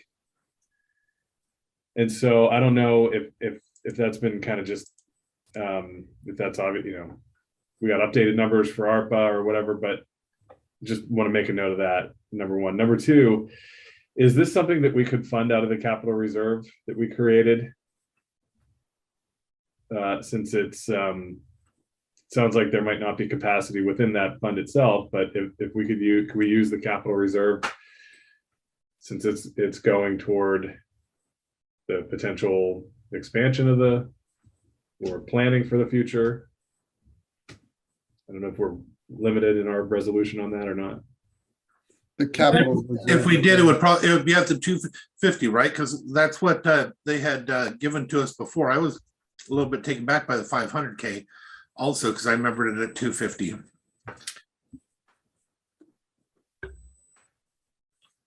I mean, that is something that you could fund with general fund dollars to North Bay, and there isn't a limit on that. Like, it wouldn't be limited to the 250,000. I mean, you can limit it, commissioners, but yeah, that would definitely be an option. Okay, yeah, I mean, I don't think it's a matter of us wanting to limit it. I just think we want to, is it 250 or is it 500? And the more controlling question there is, could we have funded it out of the reserve for capital? And I think it sounds like we can. And so I would be supportive of funding it using that source unless there's another one that's identified. It looks on the list of priorities that they asked for 500,000 through ARPA. Yeah, and that's what I was saying. There was on the SEDS list, I think it comes in at 250,000, and so two different numbers, and regardless of whether it's 250 or 500, I'm supportive of moving forward with it. And so just want to get that trued up, but also, comfortable using the capital reserve. But considering we're using a specific number for capital reserve, it just gets put back in there again for the next year. So it's just basically out of the general fund, ending fund balance. Correct. Yeah, I'd support it as also. Okay, and so you would support the 250 or 500, commissioners? I think 250 right now. If we need more, we can have further conversations. Yeah, I mean, I support the 250 at a minimum, and depending on how it comes back, would support more. I put a phone call into Richard, but he must have had another meeting that he had to run to. But I can follow up on that, the 250 versus the 500.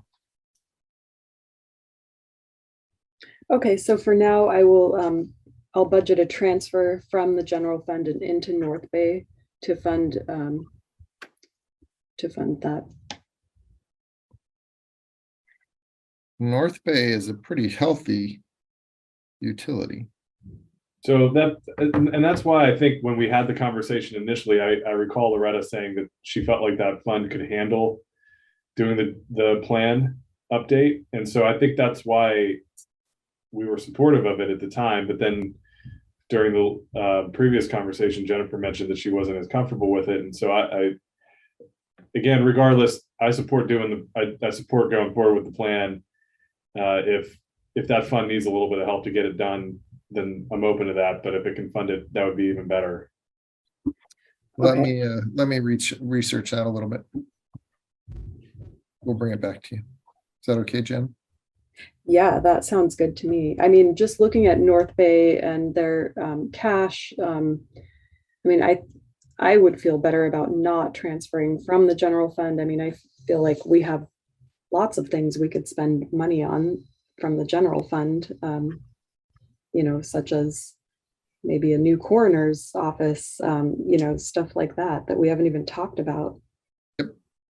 Okay, well, I was just basing that on previous conversation. So I'm relying on you guys here to be comfortable with where the numbers are and providing that feedback to us so we can make those decisions. So, and also just especially my since I opinion, thought we already made it. So, and also just my opinion, this can also be something that's ongoing for a conversation. Although we're doing budget right now, it'd be nice to have it in budget. We can revisit this and have it changed at our very first update of our budget if we chose to, right? Yes, we can definitely do that.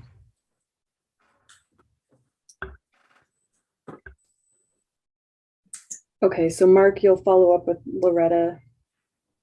Yep. Okay. As we're sitting here discussing it, I'm recalling that conversation in my head and thinking that they did say North Bay could actually cover that cost, but I will verify with them, Jen. Okay. One thing I didn't mention when we were talking about the 0.09 and the REIT funds. So I did mention there's 62,000 budgeted for Russellwood in 2022, but there is not in 2023. And we could, and I would recommend doing that, a transfer from REIT into Russellwood. Russellwood is always struggling to have a positive cash balance at the end of each year. So commissioners, and that's something we've done traditionally, is transfer that REIT into Russellwood to cover their debt payment. With everything they've been doing and working on the water quality and everything else, this is the one year it would make sense to give them breathing room, not just that small specific amount for debt, but give them some breathing room in their ending fund balance of, you know, several $100,000 out of REIT. Just a recommendation. We have to be careful how much we're transferring from REIT, because we have to make sure that whatever they're doing out of that fund is REIT eligible. And so I would be hesitant to transfer a couple $100,000 out of REIT into there. I mean, I can ask Loretta how much. Yeah, I was gonna say, we've got several projects going right now. So now might be the time if we can supplant any of those dollars. Okay. And do we have ARPA money going to them also? We do, and we had awarded 200,000 for the first round of ARPA, and they haven't started that project, and so we moved that into 2023, and we had to do some juggling and moving of the projected cash for next year to move that as well. So so if you're okay with that, commissioners, I'll go ahead and put in 62,000, and then we can revisit that number for 2023. With me. Okay. Yep.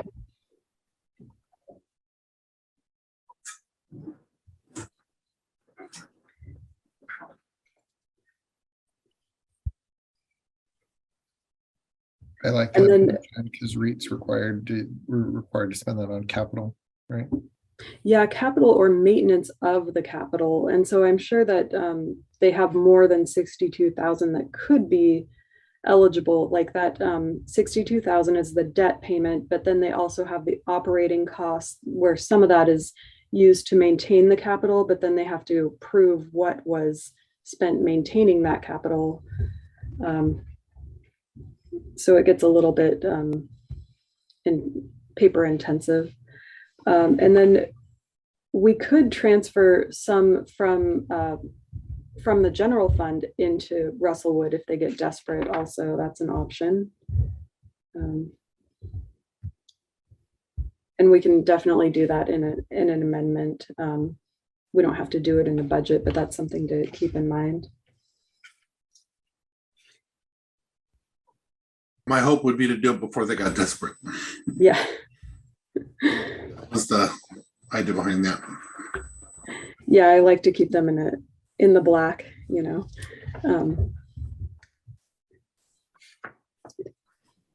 And the last thing we wanted to talk about was the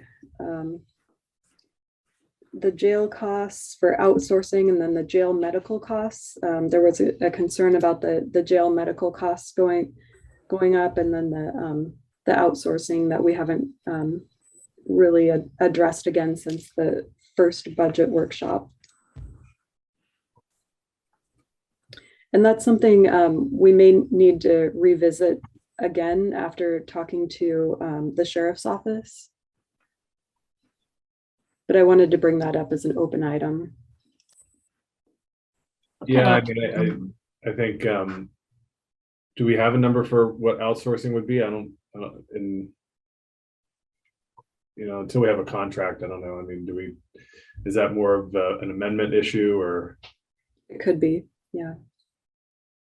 Well, we don't know how much they're going to need to outsource yet. We don't know what we're doing yet for our staffing. I understand that over the weekend they were able to pick up a couple more, which helps us. So I don't know.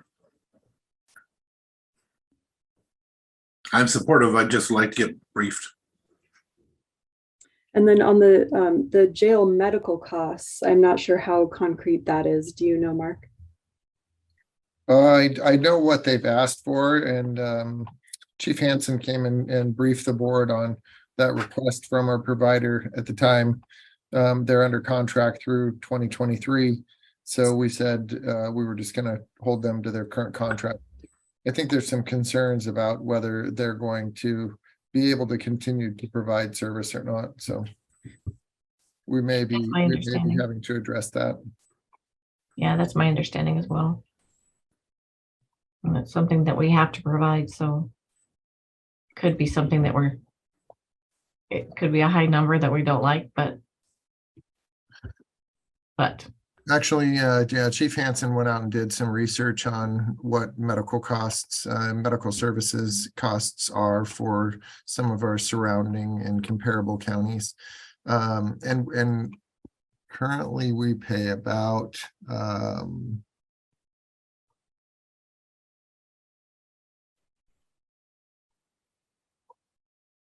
so it looks like it'd be an increase of about $146,000 annually. How many inmates? That is based on 60, I believe. For them, for who we're comparing with. Oh, it's all over the board, Commissioner. So you have, like, Cowlitz County has 356 beds, cost them $2 million annually. Olympia City Jail, 14 inmate beds. They have a nurse 2 times a day and an ARNP on call 24/7. They pay about $270,000 annually.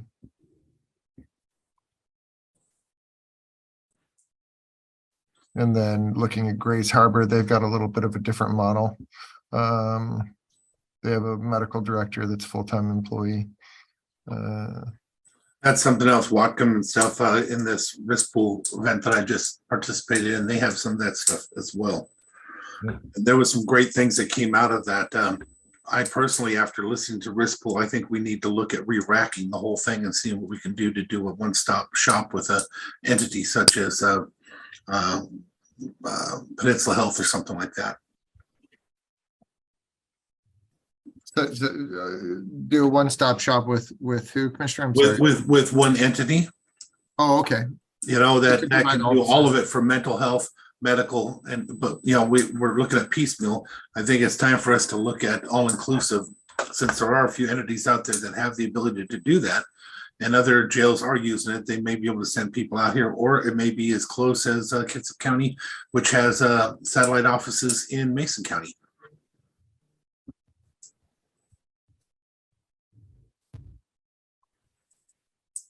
Yeah, it looks like you found a couple of different alternative in terms of how other counties are handling it, whether they have their own staff or whether they're contracting out, but looks like we're getting a really good deal right now.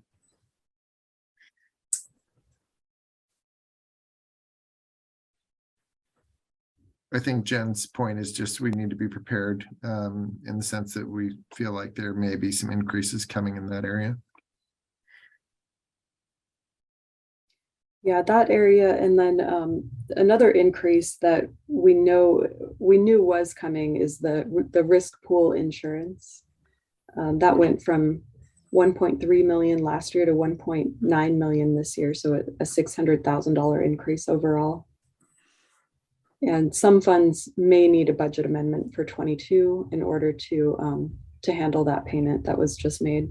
I'm going to take a closer look at that, but that's something that's coming forward shortly to you. So you wanted to talk more about the levy shift and the diversion, Commissioner? Yeah, for the commission, I just wanted to remind you, we have several options. Do nothing at all. Do all on the shift, do all on the diversion, or half shift, half diversion, or just half in diversion. And the reason why I'm bringing that up is we all know, we've heard the citizens arguing regarding diversion. That's been a sore point out there because of publicity and how it's been put out there. But it is out there. So I just want to remind the commission that, at least I hear about that all the time. But I just want to remind us, we have many options, nothing at all, shift or diversion, or half shift, half diversion, or maybe just half diversion to see how it goes and shift some more out at the end of the year, or at the middle of the year or something, to see where we're at with our ending fund balance, what we have for cash on hand. Yeah, we can definitely do a mixture. It doesn't have to be half and half or anything like that. It doesn't even have to be, we had originally done 2.16 million as a diversion, and we stuck with that number, and it just stuck. So it's not a stuck number. We can change it for sure. But unless we're going to cut the budget, we're going to have to take it out of general fund to do it. So we will increase our spending in general fund by $1,080,000 if we shift half, like we've been talking. It'll actually reduce the revenue. It won't change the expenditure at all. So just wanted to clarify that. But it has to come out of somewhere, so it has to come out of our ending fund balance. Correct. So therefore, it's general fund or not. Mm-hmm. So I'd be comfortable with just doing the 1080 diversion and eliminating the levy shift and buying that back through general fund. I'll agree. Yeah, me too. It at least gets us started. Okay, perfect. I will prepare the levy resolutions that way, and also change that in the budget that way, and bring it forward to you next Monday in that manner. And then, was there anything else? Did you want to go back and revisit any PLRs on the current expense fund? I'd kind of like to wait until you and Mark come back with new numbers. My brain just left. A complete For the roll up. beginning fund balance. Thank you. Okay, I think that is a smart option to wait until we come back with a hopefully a better estimate on the beginning fund balance. I will also have kind of an idea of what's happening with the last budget amendment of the year, which might kind of help with that fund balance estimate as well. Great. I had a quick question, just a confirming question for the board. So on the request that we received from the sheriff's office through our, I remember the rifles and the other one, but the night vision goggles, was that something that we all agreed to put in? I don't think we agreed to put that one. I don't remember us agreeing to put that one in, but I also have one out there that I saw today that somehow I forgot about and we never discussed. And that was the personal watercraft. 47,000, basically 50K. I think that they decided that that with the watercraft, they bought that boat earlier. No. The Submersible. Sea-Doos? Oh. The what? Sea-Doos, a personal watercraft, the individual person. I think, is it the right name, Sea-Doo or jet skis? Yeah. Yeah. Trying not to say jet skis because when I was young, we actually had jet skis. That's where you stood up and or you tried to stand up. But they had a request for the personal watercraft. I believe it was at 47,000 and change. I always looked at it in my block as 50K. This allowed them for rapid response out on the waterways, easier to trailer, easier to get in quickly and get out to a situation. So when Chief Drackley emailed us back their priorities, he said we no longer want to get the personal watercraft. Okay. So I think it was just the sidearms, patrol rifles, and then the SWAT night vision and sighting system that made the cut from that list. And then my position was that I would be supportive of funding the sidearm and rifle replacement. And then we had a question about whether or not they had to buy their own or if it was now being purchased by the county. And I don't know that we got that resolved, but I think I actually asked him, I'll go ahead, Mark. I did get that resolved and we currently purchased, it's been a long time since we've made them purchase their own guns. So it was a long time ago they did, but right now we provide all of the equipment for our officers to. And I also asked him, and we can get more income back off of them because they can go back out and be sold as well. The old ones. Surplus.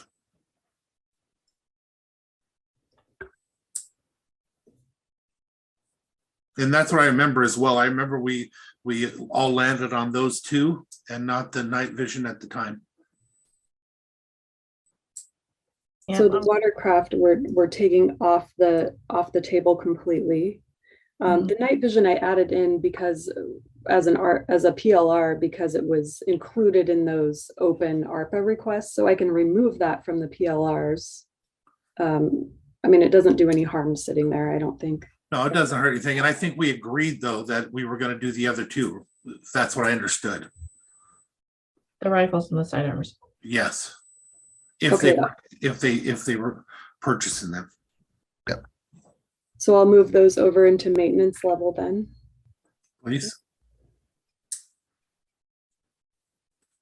And I know that this sounds like we came in with a big list, but it's really not, and we're really close to being done. So this has been a really quick and I don't want to say easy, but it's been a very smooth budget. So thank you for all your cooperation and it's been. I got you, Jennifer.